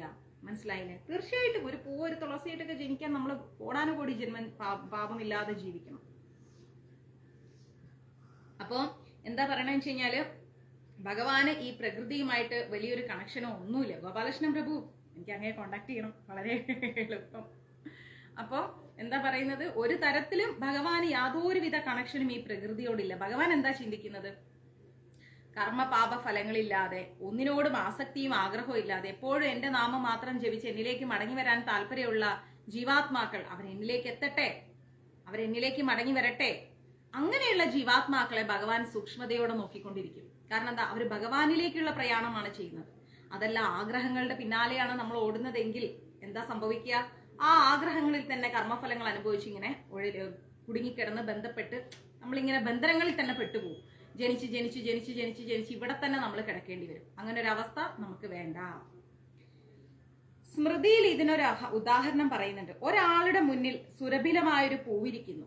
ഒരാളുടെ മുമ്പിൽ കുറച്ച് പൂവിരിക്കുന്നുണ്ട്. ആ പൂവും അയാളും തമ്മിൽ ഒരിക്കലും ബന്ധപ്പെട്ടിട്ടില്ലെങ്കിലും, നമ്മുടെ മുമ്പിൽ ഒരു പൂവിരിക്കുന്നുണ്ടെങ്കിൽ ആ പൂവിനെ നമ്മൾ കൈകൊണ്ട് എടുത്തിട്ടില്ല, തൊട്ടിട്ടില്ല എന്നാണെങ്കിൽ പോലും ക്ഷമിക്കണം, നെറ്റ് ഡിസ്കണക്ട് ആയതാണ്. അപ്പോ ആ പൂവിന്റെ ഗന്ധം നമ്മൾ അറിയുന്നുണ്ട്. ആ ഘ്രാണശക്തിയും പൂവും വ്യത്യസ്തമാണ് അല്ലെ? ആ പൂവിന്റെ സ്മെല്ലും ആ പൂവും തമ്മിൽ വ്യത്യസ്തമാണ്.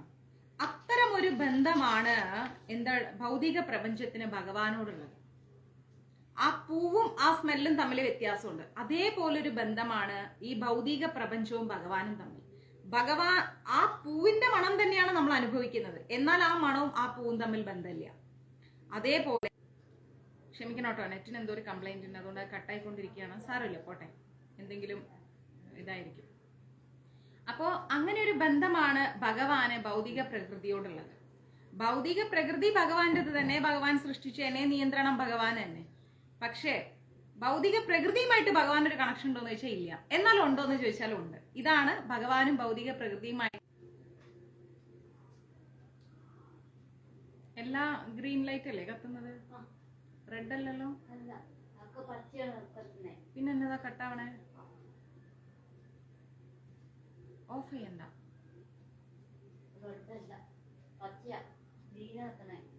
എന്നാ കുഴപ്പമില്ല, പോട്ടെ, നമുക്ക് നോക്കാം. എന്തോ കാറ്റടിക്കുമ്പോഴും എന്തൊക്കെയുള്ള പ്രശ്നമായിരിക്കും, സാരമില്ല.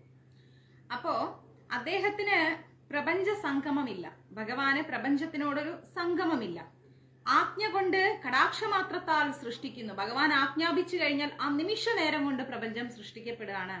ചുരുക്കത്തിൽ ഭഗവാന്റെ ആ തീരുമാനത്തിനനുസരിച്ചല്ലാതെ ഈ പ്രകൃതിക്ക് ഒരിക്കലും ഒന്നും ചെയ്യാൻ കഴിയില്ല. എന്നാലും ഭൗതിക പ്രവർത്തനങ്ങൾക്ക് മുകളിലാണ് ഭഗവാൻ ഉള്ളത്. മനസ്സിലായില്ലേ? ഭഗവാൻ പറയുന്നു പ്രകൃതിയോട് ഇങ്ങനെയായിരിക്കണം, ഇങ്ങനെയായിരിക്കണം. കാലചക്രം ഭഗവാന്റെ തീരുമാനത്തിനനുസരിച്ചാണ് സഞ്ചരിക്കുന്നത്. രാത്രിയാവട്ടെ, ഉച്ചയാവട്ടെ, വൈകുന്നേരം ആവട്ടെ, സമയം ചലിക്കട്ടെ എന്ന് പറഞ്ഞു കഴിഞ്ഞാൽ അത് ഭഗവാന്റെ തീരുമാനമാണ്. ആ തീരുമാനത്തിനനുസരിച്ചാണ് ഇവിടെ ഭൗതിക പ്രകൃതി തന്നെ റൺ ചെയ്തുകൊണ്ടിരിക്കുന്നത്. അല്ലാതെ ഒരിക്കലും അത് അതിന്റെ ഇഷ്ടത്തിന് മുന്നോട്ട് പോകുന്നില്ല. ഇനി 11ാമത്തെ ശ്ലോകം. എന്താണ് 11ാമത്തെ ശ്ലോകം? അവജാനന്തി മാം മൂഢ മാനുഷീം തനുമാശ്രിതം പരം ഭാവജാനാന്തോ മമ ഭൂതമഹേശ്വരം എന്ന് വെച്ചാല്, ഭഗവാൻ മനുഷ്യരൂപത്തിൽ വരുന്ന സമയത്ത് അദ്ദേഹത്തെ സാധാരണമായിരിക്കുന്ന ഒരു മനുഷ്യനായിട്ട് കരുതാൻ പാടില്ല എന്ന് നമ്മൾ മുൻപേ പഠിച്ചിട്ടുണ്ട്. പ്രപഞ്ചത്തിന്റെ, ഈ ലോകത്തിന്റെ സൃഷ്ടിയെയും സ്ഥിതിയെയും സംഹാരത്തെയും നിയന്ത്രിക്കുന്ന ഒരു ഭഗവാന് ഒരിക്കലും ഒരു മനുഷ്യനാവാൻ സാധിക്കില്ല. മനുഷ്യനായി പിറന്ന നമുക്ക് പരിമിതികളുണ്ട്, അല്ലെ? ഒത്തിരി പരിമിതികളുണ്ട്. നമുക്ക് ചെയ്യാൻ പറ്റാതെ, ഇപ്പൊ ഇവിടെ നമ്മൾ നിൽക്കുകയാണ്, ഒരു 5 കിലോമീറ്റർ ദൂരെയുള്ള ഒരു കാര്യത്തെ നമുക്ക് നമ്മുടെ കണ്ണുകൾ കൊണ്ട് കാണാൻ പറ്റുമോ? ഒരിക്കലും പറ്റില്ല. ചിലപ്പോൾ വീഡിയോ കോളൊക്കെ കാണാൻ പറ്റുമായിരിക്കും. നമുക്ക് നേരെ നമ്മുടെ കണ്ണുകൾ കൊണ്ട് കാണാൻ പറ്റുമോ? നമ്മുടെ കാഴ്ചക്ക് പരിമിതികളുണ്ട്, പരിമിതിയുണ്ട്, അല്ലെ? നമ്മുടെ ചെവിക്ക് പരിമിതിയുണ്ട്. അപ്പൊ അതേപോലെ നമ്മൾ മനസ്സിലാക്കുക, ഇതിന്റെയും എല്ലാം അപ്പുറത്തിരിക്കുന്ന സൃഷ്ടിയും സ്ഥിതിയും സംഹാരവും എല്ലാം നടത്തുന്ന ഭഗവാനെ നമ്മളൊരു മനുഷ്യനായിട്ട് എങ്ങനെയാണ് കാണുന്നത്? ഭഗവാൻ ഓടക്കുഴലും പിടിച്ചു വരുന്നത് നമ്മളോടുള്ള ഇഷ്ടം കൊണ്ടാണ്, നമ്മളോടുള്ള സ്നേഹം കൊണ്ടാണ് നമ്മളിൽ ഒരാളായി അദ്ദേഹം നിൽക്കുന്നത്. പക്ഷെ അദ്ദേഹത്തെ അങ്ങനെ കാണാൻ പാടുന്നുണ്ടോ? അതൊരിക്കലും ചെയ്യാൻ പാടില്ല, അല്ലെ? എത്ര ഉയരത്തിലുള്ള ഒരാളും താഴ്ന്ന് നമ്മളോടുകൂടി നമ്മളേന്ന് പറഞ്ഞിരിക്കുന്ന സമയത്ത് അവരെ നമ്മളെ പോലെ കാണരുത്. അവർക്ക് അവരുടേതായ വ്യക്തിത്വങ്ങളുണ്ട്. അതുകൊണ്ടല്ലേ നമ്മളുടെ വീട്ടിലേക്കൊക്കെ നമ്മൾ എത്രയോ ഉയർന്ന സ്ഥാനത്തുള്ളവരെ ഇൻവൈറ്റ് ചെയ്യുമ്പോൾ അവർ വന്നു കഴിഞ്ഞാലും നമ്മൾ അവരോട് ആ ഒരു ബഹുമാനാർത്ഥം ഇടപെടുന്നത്, അല്ലെ? നമ്മൾ എപ്പോഴും അവർക്കൊരു സ്പെഷ്യൽ പ്ലേസ് കൊടുക്കുന്നില്ലേ?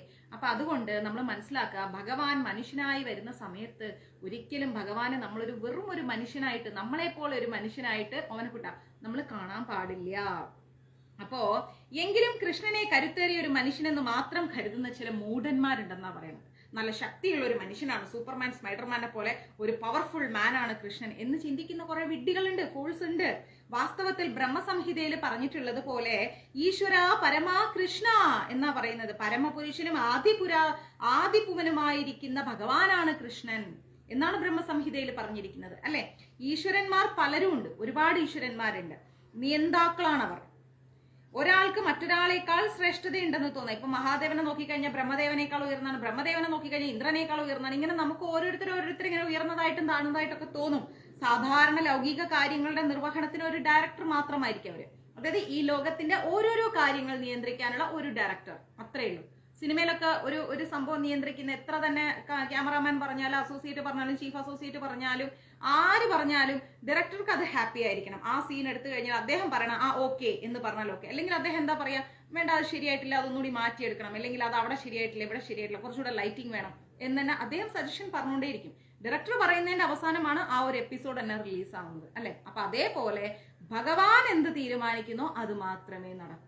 അല്ലാതെ ഇടയ്ക്ക് നിൽക്കുന്ന ആരും തീരുമാനിക്കുന്ന കാര്യങ്ങൾ അവിടെ നടക്കില്ല. അദ്ദേഹത്തിന് മേലധികാരിയായി ഒരു സെക്രട്ടറിയും, സെക്രട്ടറിക്ക് ഉപരി ഒരു മന്ത്രിയും, അദ്ദേഹത്തിന് നിയന്താവായ ഒരു പ്രസിഡന്റും, ഇവരെ എല്ലാം നിയന്ത്രിക്കുന്ന നിയന്താക്കൾ വേറെ, ഒരാളെ മറ്റൊരാളെ നിയന്ത്രിക്കുന്നു. ഇതെല്ലാം നിയന്ത്രിച്ച് ഏറ്റവും മേലെ എത്തിക്കഴിഞ്ഞാൽ പരമാധികാരി കൃഷ്ണനാണെന്ന് ബ്രഹ്മസംഹിതയിൽ പറയുന്നുണ്ട്. ഒന്നിനു മേലെ ഒന്നിനു മുകളിൽ പോയി ഏറ്റവും ടോപ്പസ്റ്റിൽ ആരാന്ന് വെച്ചാൽ ഭഗവാൻ കൃഷ്ണൻ. അത് ബ്രഹ്മസംഹിതയിലും ഗീതയിലും പറയുന്നുണ്ട്. ഭൗതികമായിരിക്കുന്ന ആത്മീയമായിരിക്കുന്ന രണ്ട് ലോകങ്ങളിലും നിയന്താക്കളായിട്ട് പലരുണ്ടെന്നുള്ള കാര്യത്തിൽ നമുക്ക് സംശയമില്ല. ഈ ഭൗതിക ലോകത്തും നിയന്ത്രിക്കാൻ കുറെ ആൾക്കാരുണ്ട്, ആത്മീയ ലോകത്തും നിയന്ത്രിക്കാൻ കുറെ ആൾക്കാരുണ്ട്. എന്നാൽ കൃഷ്ണനാണ് പരമാധികാരി. ഭൗതിക ലോകത്തിന്റെയും ആത്മീയ ലോകത്തിന്റെയും വലിയ ഉയർന്ന സ്ഥലത്ത് ആരിയിരിക്കുന്നു വെച്ചാൽ ഭഗവാൻ കൃഷ്ണനാണ്. അതിൽ യാതൊരുവിധ കോംപ്രമൈസും ഇല്ല, ഒരു തർക്കവും ഇല്ല. ടോപ്പസ്റ്റ് ആരെന്ന് വെച്ചാൽ ഭഗവാൻ കൃഷ്ണൻ തന്നെ. അതുകൊണ്ടാണ് ബ്രഹ്മസംഹിതയിൽ പറയുന്നത് ഈശ്വര കൃഷ്ണ, അല്ലെ? ഈശ്വര പരമ കൃഷ്ണ എന്ന് ബ്രഹ്മസംഹിതയിൽ നമ്മൾ പഠിച്ചിട്ടില്ലേ? അത് ബ്രഹ്മസംഹിതയിൽ പറയാൻ കാരണം എന്താ? പരമ ദിവ്യോത്തമ പുരുഷനാണ് ഭഗവാൻ. സാരല്ലേ സാർ? ഭഗവാൻ പരമ ദിവ്യോത്തമ പുരുഷനാണ്. ഏറ്റവും ഉയർച്ചയിൽ നിൽക്കുന്നത് ഭഗവാനാണ്. അദ്ദേഹത്തിന്റെ ശരീരം എന്ന് പറഞ്ഞാൽ അത് ഭൗതികമല്ല, സച്ചിദാനന്ദമയമാണ് അദ്ദേഹത്തിന്റെ ശരീരം. ഒന്ന് ആലോചിച്ച് നോക്കിക്കേ. പിന്നെന്താ ചെയ്തോളൂ. ഭഗവാനെ നമുക്ക് കുഞ്ഞായിട്ടോ, അത് നമ്മൾ കാണുന്നതല്ല, നമുക്കറിയാം. ഒരു ഉണ്ണിയായി ഭഗവാനെ കയ്യിലെടുക്കുമ്പോഴും നമ്മളൊരു ഉണ്ണിയായിട്ടാണോ കാണുന്നത്? നമ്മുടെ ഫീലിങ്സ് ആണ്.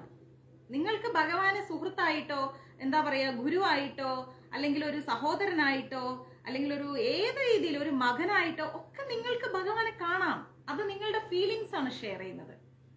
നിങ്ങളിപ്പോ നിങ്ങളുടെ വീട്ടിലെ ഒരു കുഞ്ഞിനെ ട്രീറ്റ് ചെയ്യുന്ന പോലെ ആയിരിക്കില്ല ഭഗവാനെ ട്രീറ്റ് ചെയ്യുന്നത്. നിങ്ങളുടെ വീട്ടിലെ കുഞ്ഞിനെ നിങ്ങൾ ട്രീറ്റ് ചെയ്യുന്നതിനേക്കാളും ഒരു പിടി മുകളിലായിരിക്കും ഭഗവാനെ നിങ്ങൾ ഉണ്ണിയായിട്ട് കാണുമ്പോൾ ട്രീറ്റ് ചെയ്യുന്നത്, അല്ലെ? സ്വന്തം സഹോദരനെ ട്രീറ്റ് ചെയ്യുന്ന പോലെ ആയിരിക്കില്ല സഹോദര സ്ഥാനത്ത് ഭഗവാനെ കാണുമ്പോൾ നിങ്ങൾ ട്രീറ്റ് ചെയ്യുന്നത്. എല്ലാത്തിനും ഒരു വ്യത്യസ്തമായിരിക്കുന്ന ഉയർന്ന ഭാവമുണ്ട്. അതെന്തുകൊണ്ടാണ്? ആ ഉയർന്ന ഭാവം എന്ന് പറയുന്നത്, താങ്ക്സ് അമ്മ, ആ ഉയർന്ന ഭാവം എന്ന് പറയുന്നത് എന്തുകൊണ്ടാണ്? ഭഗവാനോടുള്ള ആ ഒരു ആധ്യാത്മികമായ ബന്ധമാണ്. ആർക്കാണ് ആ ബന്ധം തോന്നുന്നത്? നമ്മുടെ ഉള്ളിലിരിക്കുന്ന ജീവാത്മാവിന്. മനസ്സിലായില്ലേ? അപ്പൊ നിങ്ങൾക്ക് ഭഗവാനെ കയ്യിലെടുക്കാം, ഉമ്മ വെക്കാം, കെട്ടിപ്പിടിക്കാം, കൂടെ കിടത്തി ഉറക്കാം. ഞാൻ കിച്ചുവിനെ പലപ്പോഴും എന്റെ ബെഡ് കൊണ്ട് കിടത്താറുണ്ട്, അറിയാമോ? ഒത്തിരി സങ്കടം വരുമ്പോ കിച്ചുവിനെ കൊണ്ട് ഞാൻ ബെഡിൽ കിടത്താറുണ്ട്. ഞാൻ കിച്ചും കൂടെ ഒരു ബ്ലാങ്കറ്റിനുള്ളിൽ പുതച്ച് കിടന്നുറങ്ങാറുണ്ട്. ഇല്ലേ ബിന്ദുമ്മ? നമുക്ക് ഏത് രീതിയിലും ഭഗവാനെ ട്രീറ്റ് ചെയ്യാം. നമ്മുടെ ഹൃദയത്തിന്റെ ആ ഒരു സ്നേഹ പ്രകടനമാണത്. അതൊക്കെ നിങ്ങൾ ചെയ്തോ, ഞാൻ വേണ്ടെന്ന് പറയാം. ഭഗവാൻ അതൊക്കെ സ്വീകരിക്കുന്നു. കാരണം എന്താ? ഹൃദയം കൊണ്ട് ഭഗവാനോടൊരു ആത്മബന്ധമാണ് നമ്മൾ ഉണ്ടാക്കിയെടുക്കേണ്ടത്. ക്ലിയർ ആയോ? പക്ഷെ അത് അങ്ങനെയല്ല. അതൊക്കെ ചെയ്താലും ഈശ്വരനാണ് എല്ലാത്തിനും മുകളിൽ കൃഷ്ണനാണ് എന്ന ഒരു ബോധം, ഒരു അവബോധം അത് നമ്മൾക്കുള്ളിൽ വേണം. അദ്ദേഹം എല്ലാം കാണുന്നുണ്ട്, എല്ലാം അറിയുന്നുണ്ട്, എല്ലാത്തിലും മുകളിലാണ് അദ്ദേഹം എന്ന് നമ്മൾ മനസ്സിലാക്കിയിരിക്കണം. അത്രേ ഇവിടെ പറയുന്നു. ഓക്കെ, മുൻ ശ്ലോകങ്ങളിലൊക്കെ നമ്മൾ പഠിച്ചതുപോലെ കർമ്മങ്ങൾ ഭൗതിക ശരീരം കൊണ്ട് ചെയ്യാവുന്നതല്ല. പിന്നെയോ ശാശ്വതവും ആനന്ദവുമായിരിക്കുന്ന വിജ്ഞാനമയവുമാണ് കൃഷ്ണന്റെ ശരീരം. നമ്മൾ വിചാരിക്കുന്ന ഒരു സാധാ മനുഷ്യ ശരീരം അല്ല കൃഷ്ണന്റേത്. ആനന്ദമയമാണ്. അതെന്ന് നമ്മുടെ ശരീരമൊക്കെ നമ്മൾ മരിച്ചു കഴിഞ്ഞാൽ, കത്തിച്ചു കഴിഞ്ഞാൽ അത് ഇച്ചിരി ഭസ്മമായി പൊടിയായി തീർന്ന്. പക്ഷെ അദ്ദേഹത്തിൻ്റെത് അങ്ങനല്ല. ആനന്ദമയമാണ്, ശാശ്വതമാണ്, എന്നെന്നും നിലനിൽക്കുന്നതാണ്, വിജ്ഞാനമയമാണ്. അതാണ് കൃഷ്ണന്റെ ശരീരം എന്ന് പറയുന്നത്. സാധാരണ മനുഷ്യനല്ലെങ്കിലും അങ്ങനെയാണെന്ന് കരുതിക്കൊണ്ട് അദ്ദേഹത്തെ നിന്ദിക്കുന്നവരുമുണ്ട്. അയ്യ, നിങ്ങളുടെ കൃഷ്ണൻ എന്ത് 16,008 ഭാര്യമാരെയും കല്യാണം കഴിച്ച് വെണ്ണ കട്ട് തിന്നുന്ന ഒരു മനുഷ്യൻ, അല്ലെങ്കിൽ ഗോലോക മറ്റേ നമ്മളെ വൃന്ദാവനത്തിൽ ജനിച്ചിട്ട് കുറെ ആൾക്കാരെ കൊന്ന കൃഷ്ണൻ ഇന്നൊക്കെ പറയുന്ന ആളുകളുണ്ട്, വിഡ്ഢികളുണ്ട്. കുറെ ഗോപികമാരുടെ പിന്നാലെ നടക്കുന്ന അതാണ് കുറെ ആളുകൾ പറയുന്നത്. പക്ഷെ അവർക്കറിയില്ല കൃഷ്ണൻ ആരാണെന്ന്. അതറിയാൻ അവര് ഇനിയും ജന്മങ്ങൾ ഏറെ എടുക്കേണ്ടിയിരിക്കുന്നു, അല്ലെ? അങ്ങനെ അറിയണമെങ്കിൽ ജന്മങ്ങൾ ഇനിയും ഏറെ എടുക്കേണ്ടിയിരിക്കുന്നു. അതിന് നമ്മൾ കുറ്റക്കാരല്ല. കാരണം എന്താ? ഭഗവാൻ നമ്മൾക്ക് അദ്ദേഹത്തെ അറിയാനുള്ള ഒരു അവസരം തന്നു. അത് നമ്മൾ അറിയുന്നു. അതറിയാത്തവരോട് നമുക്ക് എന്ത് തോന്നണം? ദയ തോന്നണം. അല്ലാതെ അവരോട് വാക്കുതർക്കത്തിന് നിൽക്കരുത്. എന്റെ കൃഷ്ണനെ കുറിച്ച് പറയാൻ നിങ്ങൾ ആരെന്ന് ചോദിച്ചു കഴിഞ്ഞാൽ എന്താ സംഭവിക്കാന്നറിയോ? ഭഗവാൻ ഇഷ്ടമുള്ള സാത്വികതയിൽ നിന്ന് നമ്മൾ പുറത്തേക്ക് വരും. ഭഗവാൻ ഏറ്റവും ഇഷ്ടം എന്താണ്? സാത്വികതയാണ്. ആ സാത്വികതയിൽ നിന്ന് നമ്മൾ രജോ തമോ ഗുണത്തിലേക്ക് പോയി പോകും. എന്റെ കൃഷ്ണനെ കുറിച്ച് പറയരുത്, എന്റെ കൃഷ്ണനെ കുറിച്ച് പറയാൻ നിങ്ങൾ ആരാണ്? നിങ്ങൾക്ക് എന്ത് അധികാരമുണ്ട്? കൃഷ്ണനെ പറ്റി പറഞ്ഞാൽ ഞാൻ അങ്ങനെയാവും ഇങ്ങനെയാവും എന്ന് പറയും. ബഹളം കൂട്ടേണ്ട കാര്യമില്ല. കാരണം എന്താ? കൃഷ്ണനെ അറിയാത്തവരെ നമ്മളൊക്കെ ഒന്നും അല്ലല്ലോ മാതാജി. തീർച്ചയായിട്ടും നമ്മളൊന്നുമല്ല. അപ്പോ കൃഷ്ണനെ അറിയാത്തവരെന്ന് പറയുന്നത് ആരാണ്? ഇനിയും ജന്മങ്ങൾ എടുക്കേണ്ട ജീവാത്മാക്കളാണ്. ആ ജീവാത്മാക്കളും വന്നത് കൃഷ്ണനിൽ നിന്ന് തന്നെ. അവര് കൃഷ്ണനെ കുറിച്ച് നിന്ദിക്കുമ്പോ നമ്മൾ എന്താ ചെയ്യേണ്ടത്? കൃഷ്ണ, അവർക്ക് അങ്ങേ അറിയാനുള്ള മനസ്സുണ്ടാവണേ, അവർക്ക് അങ്ങേ അറിയാനുള്ള അനുഗ്രഹം അങ്ങ് നൽകണേ എന്ന് നമ്മൾ പ്രാർത്ഥിക്കുക. അതാണ് നമ്മുടെ ഗുരുക്കന്മാര് ചെയ്തിട്ടുള്ളത്. മനസ്സിലായോ? നമ്മുടെ ഗുരുക്കന്മാർ ചെയ്തിട്ടുള്ളതാണ്. അവരുടെ കണ്ണിൽ നിന്ന് ധാരധാരയായി കണ്ണുനീര് വരും. എന്തുകൊണ്ടാണ്? കൃഷ്ണനെ ചീത്ത വിളിച്ചിട്ടാണോ? അല്ല. പിന്നെന്താണ്? പരമദിവ്യോത്തമ പുരുഷനായിരിക്കുന്ന അങ്ങയെ കുറിച്ച് അറിയാനുള്ള ഭാഗ്യം ആ പാവമായിരിക്കുന്ന ജീവാത്മാക്കൾക്ക് ലഭിച്ചില്ലല്ലോ എന്നോർത്തിട്ടുള്ള ദുഃഖമാണ് അവർക്ക്. മനസ്സിലായോ? അങ്ങനെ ദുഃഖിക്കുന്ന ആ ജീവാത്മാക്കളെ കൂടെ കൃഷ്ണനിലേക്ക് അടുപ്പിക്കാൻ വേണ്ടി പ്രാർത്ഥിക്കുകയാണ് ചെയ്യേണ്ടത്. അല്ലാതെ ഭഗവാനെ കുറിച്ച് പറയുന്നവരോട് വാളും പരിചയം എടുത്ത് വെട്ടാൻ പോവാണെങ്കിൽ പിന്നെ എന്ത് സാത്വികത? കൃഷ്ണൻ എന്ന് പറഞ്ഞാൽ സാത്വികമാണ്, അല്ലെ? വയലൻസ് അല്ല കൃഷ്ണൻ. കൃഷ്ണൻ വയലൻസ് അല്ല. അപ്പൊ എന്താണ്? നമ്മൾക്കും ആ വയലൻസ് പാടില്ല. നമ്മൾ എന്ത് ചെയ്യുക? കൃഷ്ണനോട് അപേക്ഷിക്കുക, ഭഗവാനെ ആ ജീവാത്മാവിന് അങ്ങേ അറിയാനുള്ള ഒരു അനുഗ്രഹം നൽകണേ എന്നങ്ങോട്ട് പ്രാർത്ഥിക്കുക. അതാണ് വേണ്ടത്. ക്ലിയർ അല്ലെ? അതല്ലേ വേണ്ടത്. ഒരു പക്ഷെ നമ്മൾ പറഞ്ഞു കൊടുത്താൽ അവർ നമ്മളോട് എന്ത് ചെയ്യും? ഇങ്ങനെ നമ്മളോട് ഇങ്ങനെ എന്താ പറയാ, ആർഗ്യുമെന്റ് ചെയ്തുകൊണ്ടേയിരിക്കും. അപ്പൊ സാരല്ല, നമ്മൾ എന്ത് ചെയ്യാം? കുഴപ്പമില്ല, അറിയുന്ന സമയത്ത് അറിയാം, അല്ലാണ്ട് എന്താ ചെയ്യാ എന്നങ്ങനെ പറയും. അറിയാനുള്ള ഒരു അവസരം വരും, ഒരു സമയം വരും, അപ്പൊ അറിയാനുള്ള അനുഗ്രഹം ഭഗവാൻ തരട്ടെ എന്ന് നമ്മൾ അവരോട് സഹതപിക്കുക. അല്ലാതെ അവര് ഇവര് നന്നാവാൻ പോണില്ല, താനിങ്ങനെ എന്ന് പറഞ്ഞ അങ്ങനെ ഇടരുത്. കാരണം ഭഗവാൻ തന്നെ പറയുന്നുണ്ട്, എല്ലാരെയും ഭഗവാനെ എല്ലാവരും മനസ്സിലാക്കുന്നു ഭഗവാൻ പറയുന്നുണ്ട്. അല്ലാണ്ട് നമ്മൾ അവരോട് വയലൻസിന് പോകരുത് കേട്ടോ. ആരെങ്കിലും കൃഷ്ണനെ കുറിച്ച് എന്തെങ്കിലും മോശമായി പറഞ്ഞാലും വയലൻസിന് പോകരുത്. കാരണം അവരും ജീവാത്മാക്കളാണ്, അവരും ഭഗവാനിൽ നിന്ന് വന്നവരാണ്. നമ്മളെക്കാൾ ഇനി കുറച്ചും കൂടെ ചിലപ്പോൾ ജന്മങ്ങൾ എടുക്കും അവർക്ക് ഭഗവാനെ അറിയാൻ. അത്രയും മനസ്സിലാക്കിയാൽ മതി. അല്ലാതെ അവരെ ഒരിക്കലും നമ്മൾ എന്ത് ചെയ്യരുത്? വയലൻസിലേക്ക് കൊണ്ടുപോകരുത്. അപ്പൊ നമ്മളിൽക്കുള്ളിലുള്ള സാത്വികത നഷ്ടപ്പെട്ടു പോകും. മനസ്സിലായില്ലേ? നമുക്കുള്ളിൽ നമ്മൾ ഈ ജപിച്ചും വായിച്ചും ക്ലാസ്സുകൾ കേട്ടും നമ്മൾ ഉണ്ടാക്കിയെടുത്ത സാത്വികത നമ്മൾ കളയാൻ പാടില്ല. നമ്മൾ ആ സാത്വികത വർദ്ധിപ്പിച്ചുകൊണ്ടേയിരിക്കുക. മനസ്സിലാവുന്നുണ്ടോ? ഒരു നിമിഷം കൊണ്ട് നല്ല ഭംഗിയുള്ള ഒരു ഗ്ലാസ് ഉണ്ടാക്കിയിട്ട് ആ ഗ്ലാസ് കൊണ്ടുപോയിട്ട് തറയിലിട്ട് പൊട്ടിച്ചിട്ട് എന്ത് പ്രയോജനം? ആ ഗ്ലാസിന്റെ ഭംഗി നഷ്ടപ്പെട്ടില്ലേ? അതുകൊണ്ട് ഉപയോഗിക്കുന്ന കാര്യം നഷ്ടപ്പെട്ടില്ലേ? തിരിച്ചതുപോലെ ആക്കാൻ പറ്റുമോ? ഇല്ല. അപ്പൊ അതേപോലെ ഒരിക്കലും എന്ത് ചെയ്യരുത്? കൃഷ്ണനെ കുറിച്ച് അറിയാത്തവര് കൃഷ്ണനെ തെറ്റായി പറഞ്ഞു കഴിഞ്ഞാൽ കൃഷ്ണനെ എന്താ പറയാ, തീർച്ചയായിട്ടും കൃഷ്ണനെ അറിയാനുള്ള അവസരത്തിനായി ആ പാവപ്പെട്ട ജീവാത്മാക്കൾക്ക് വേണ്ടി നമ്മൾ പ്രാർത്ഥിക്കുക. അവരോട് വഴക്കിന് പോകരുത്. അത് തെറ്റാണ് കേട്ടോ. അത് നമ്മൾ അങ്ങനെ ചെയ്യാൻ പാടില്ല. സാധാരണ മനുഷ്യനല്ലെങ്കിലും അങ്ങനെയാണെന്ന് കരുതിക്കൊണ്ട് മൂഢന്മാർ ഭഗവാനെ നിന്ദിക്കുന്നുണ്ട്. മാനുഷീം എന്ന് ഇവിടെ ശരീരത്തെ കുറിച്ച് പറയുന്നത് കൊണ്ട് അദ്ദേഹം അർജുനന്റെ സഖാവായും കുരുക്ഷേത്ര യുദ്ധത്തിൽ ഏർപ്പെട്ട രാജതന്ത്രജ്ഞനായും മനുഷ്യരെ പോലെ അഭിനയിക്കുന്നു എന്നാണ് സൂചിപ്പിക്കുന്നത്. ഭഗവാനായി ഇരുന്നിട്ടും അർജുനന്റെ കൂടെ യുദ്ധത്തിനും ഇറങ്ങിത്തിരിച്ചു. അതുപോലെ അർജുനന്റെ സഖാവായിട്ട് ഏറ്റവും നല്ല കൂട്ടുകാരനായിട്ട് നിന്നു. എല്ലാ കാര്യങ്ങളും പറഞ്ഞു കൊടുക്കുന്ന ഒരു വ്യക്തിയായിട്ട് ഭഗവാൻ നിന്നു, അല്ലേ? അപ്പോ പല വിധത്തിലും സാധാരണ ഒരു മനുഷ്യനെ പോലെയാണ് ഭഗവാൻ പ്രവർത്തിച്ചിരിക്കുന്നത്. എന്നാൽ ആ ശരീരം സച്ചിദാനന്ദമയമാണ്. മനസ്സിലായില്ലേ? ആ ശരീരം സച്ചിദാനന്ദമയമാണ്. സച്ചിദാനന്ദരൂപായ കൃഷ്ണായ എന്നാണ് നമ്മൾ വേദാന്ത സൂക്തത്തിൽ പഠിക്കുന്നത്. സച്ചിദാനന്ദമൂർത്തിയായിരിക്കുന്ന കൃഷ്ണനെ ഞാൻ സാദരം പ്രണമിക്കുന്നു എന്നാണ് നമ്മൾ പറയുന്നത്, അല്ലെ? സച്ചിദാനന്ദമൂർത്തിയായിരിക്കുന്ന കൃഷ്ണനെ ഞാൻ സാദരം പ്രണമിക്കുന്നു. കൃഷ്ണനാണ് എനിക്ക് വലുത്. കൃഷ്ണനെ ഞാൻ അറിയുന്നു. ഇനിയും അറിയാൻ ഞാൻ ആഗ്രഹിക്കുന്നു. പിന്നെന്താ പറയുന്നത്? വേറെയുണ്ട്. നമുക്ക് വേദസൂക്തങ്ങളിലേക്ക് പോവുകയാണെങ്കിൽ തമേകം ഗോവിന്ദം, അങ്ങ് ഇന്ദ്രിയങ്ങൾക്കും പശുക്കൾക്കും ആനന്ദമരുളുന്ന ഗോവിന്ദൻ അത്രേ. ഇന്ദ്രിയങ്ങൾക്ക്, അതായത് നമുക്ക് ഭഗവാനെ കുറിച്ച് കേൾക്കുമ്പോൾ സന്തോഷമാണ്, നമ്മുടെ മനസ്സ് ആനന്ദിക്കുന്നു, നമ്മുടെ കാതിൽ ആനന്ദം വരുന്നു, അങ്ങനെ ഒരുപാട് ആനന്ദം നമുക്കുണ്ടല്ലേ. അപ്പൊ ഇന്ദ്രിയങ്ങൾ വളരെ ഹാപ്പി ആയിട്ടിരിക്കുന്നു. അങ്ങനെ നോക്കുന്ന സമയത്ത് പശുക്കൾക്കും ഇന്ദ്രിയങ്ങൾക്കും ആനന്ദമരുളുന്ന ഗോവിന്ദനാണ് അദ്ദേഹം. സച്ചിദാനന്ദ വിഗ്രഹം, അതായത് സച്ചിദാനന്ദ സ്വരൂപനാണ് ഭഗവാൻ. അങ്ങയുടെ അതീന്ദ്രിയകാരം സച്ചിദാനന്ദമയമാണ്. ആലോചിച്ച് നോക്കിക്കേ, ഇത്രയും വലിയൊരു ഭഗവാനെ കുറിച്ച് നമ്മൾ എന്താ മനസ്സിലാക്കിയെന്ന് ചോദിച്ചാൽ നമ്മളൊന്നും മനസ്സിലാക്കിയിട്ടില്ല. എന്നാൽ കൂടുതൽ മനസ്സിലാക്കണമോ എന്ന് ചോദിച്ചു കഴിഞ്ഞാൽ മനസ്സിലാക്കേണ്ടിയിരിക്കുന്നു. ക്ലിയർ? അപ്പൊ നമുക്ക് ഇന്ന് ക്ലാസ് വൈൻഡപ്പ് ചെയ്യാം. എന്തോ 10 മണിയായില്ലേ? നാളെ രാവിലെ 6:30 ക്ലാസ് ഉണ്ട് കേട്ടോ. 6:30. ബുദ്ധിമുട്ടില്ലല്ലോ? കാരണം കുറച്ചധികം ക്ലാസ്സുകൾ നമ്മൾ സ്കിപ്പ് ചെയ്തില്ലേ. ഇപ്പൊ രാവിലെ 6:30 ക്ലാസ് ഉണ്ട്. നാളെ അന്നദാനം ഉണ്ടല്ലേ, അല്ലേ? അമ്മൂനോട് വരാൻ പറയും. വരൂ, ഞാൻ വിളിച്ചു പറയാം.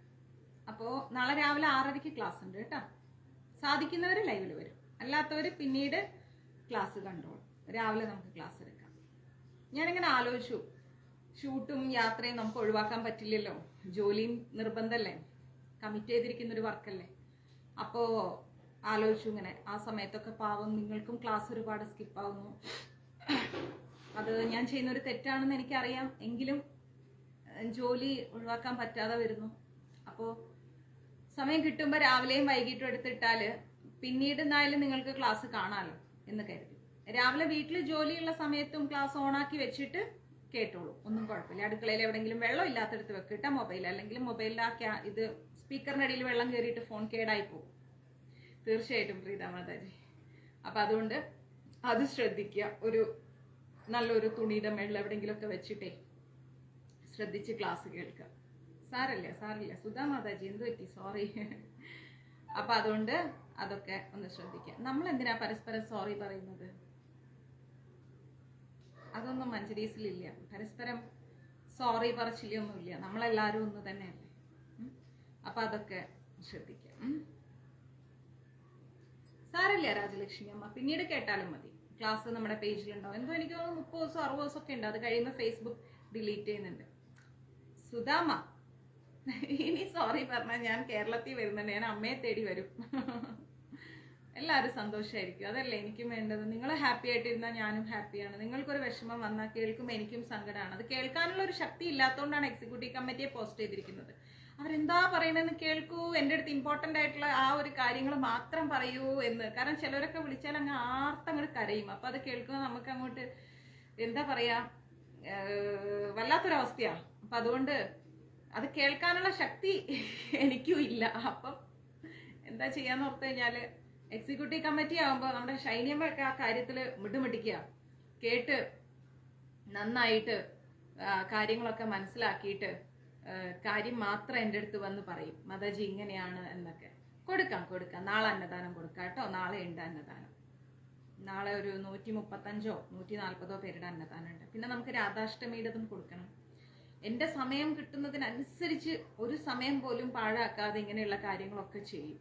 ഓക്കെ, എല്ലാവരും ഹാപ്പി ആയിട്ടിരിക്കുക. നമുക്ക് കാണണം തൃശ്ശൂർ, മറക്കരുത്. എല്ലാവരും വരണം. ഞാൻ നോക്കിയിരിക്കും. അത്രയും അധികം ആരും ഒന്നുമില്ല, നമ്മൾ കുറച്ച് ആൾക്കാരേ ഉള്ളൂ. അപ്പം ആ ആൾക്കൂട്ടത്തിൻ്റെ ഇടയിലും എനിക്ക് നിങ്ങളെ തിരിച്ചറിയാൻ പറ്റിയില്ലെങ്കിലും മഞ്ജരീസ് എന്ന് പറഞ്ഞാൽ നിങ്ങൾ വരുമ്പം നിങ്ങൾക്ക് എന്നെ അറിയാം, എനിക്ക് അറിയില്ലല്ലോ നിങ്ങൾ ആരാണെന്ന്. അപ്പോൾ ഞാൻ 30-ാം തീയതി വരും അമ്മ ഗുരുവായൂർ. അപ്പോൾ എനിക്ക് നിങ്ങൾ ആരാണെന്ന് അറിയില്ലല്ലോ, കാരണം ഞാൻ കാണുന്നില്ല. അപ്പം നിങ്ങൾ എൻ്റെ അടുത്ത് വരുമ്പോഴാണ് എനിക്ക് സന്തോഷം. അത് കഴിയുമ്പോൾ നമ്മുടെ ശ്രീധരൻ പ്രഭുവിന് വേണ്ടി നമ്മൾ കളക്ട് ചെയ്ത് അത് കൊണ്ടു കൊടുക്കണം. അദ്ദേഹത്തെ ചെന്ന് കാണണം. തിരുനെല്ലി അമ്പലത്തിൽ പോകാനുണ്ട്, അവിടത്തേക്ക് നമ്മൾ കളക്ട് ചെയ്ത് കുറച്ച് പൈസ കൊടുക്കണം. അങ്ങനെയൊക്കെ കുറേ കാര്യങ്ങൾ നമ്മൾ ചെയ്തത് ബാലൻസ് വെച്ചിട്ടുണ്ട്. വീൽ ചെയറിൻ്റെ ഒന്നും ആയിട്ടില്ല. അതെന്തേലും ആയിട്ട് വേണം ആ പാവത്തിനൊരു ചെയർ മേടിച്ചു കൊടുക്കാൻ. 2 മാസം കൂടെ കഴിയട്ടെ, അതിനെന്തെങ്കിലും ചെയ്തു കൊടുക്കാം. അങ്ങനെ ഓരോരോ കാര്യങ്ങൾ. അപ്പോൾ അതെല്ലാം നമുക്ക് ചെയ്യണം. ഓരോരോ കാര്യങ്ങളായിട്ട് എല്ലാത്തിനും ഓടിയെത്താൻ ഈ 2 കൈയും 2 കാലും മാത്രമേ ഉള്ളൂ. ഭഗവാൻ എന്നെ ചതുർബാഹുവായി ജനിപ്പിച്ചില്ലല്ലോ. അതിൻ്റെ ഇടയ്ക്ക് ബിന്ദുമ്മ ഉണ്ടാക്കണ കുറേ കുറുമ്പുകൾ, അതിൻ്റെ ഇടയ്ക്ക് കുറേ യാത്രകൾ. അപ്പം ഇതൊക്കെ വരുമ്പോൾ ഷൂട്ടിങ്, വീട്ടിലെ കാര്യങ്ങൾ എല്ലാം കൂടി മുടി സ്പൈക്കായി പോവും. അതാ കാര്യം. സാരല്ല, നമുക്കെല്ലാം ഹാൻഡിൽ ചെയ്യാമെന്നേ. ഓക്കെ, അപ്പം എന്തായാലും നമുക്ക് എവിടെ കാണാം? തൃശ്ശൂർ കാണാം. ഞാൻ ദിവസം എണ്ണിയിരിക്കുന്നു എൻ്റെ കുടുംബത്തെ കാണണം കേട്ടോ. മാക്സിമം എല്ലാവരും വരണം.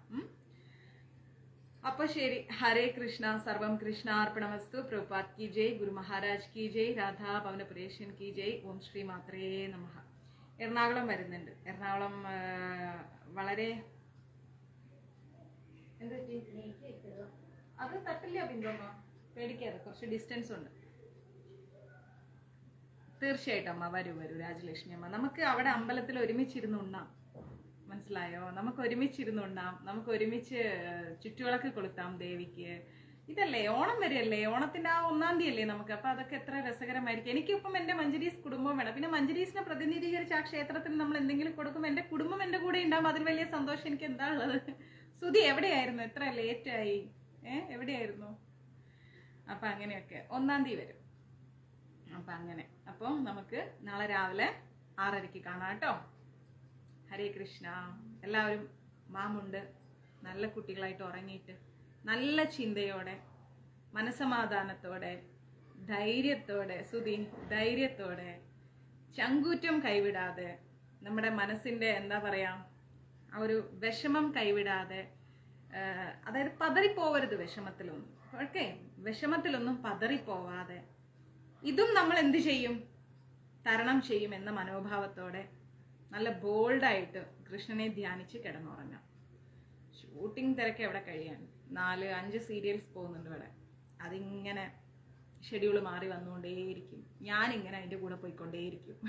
അങ്ങനെ ഓക്കെ, വരും നമുക്ക് കാണാം കേട്ടോ. ശരി, നമസ്തേ. സാരല്ല സുധി, സാരല്ല, എനിക്കറിയായിരുന്നു, കുഴപ്പമില്ല, സാരല്ല. പിന്നെ കണ്ടാൽ മതി, ക്ലാസ് ഉണ്ട് കേട്ടോ, ഇതിൽ പേജിലുണ്ടാവും. മാക്സിമം ഷെയർ ചെയ്യണേ എല്ലാവരും. അപ്പം നമുക്ക് നാളെ രാവിലെ കാണാമേ. ഹരേ കൃഷ്ണ, ശുഭരാത്രി.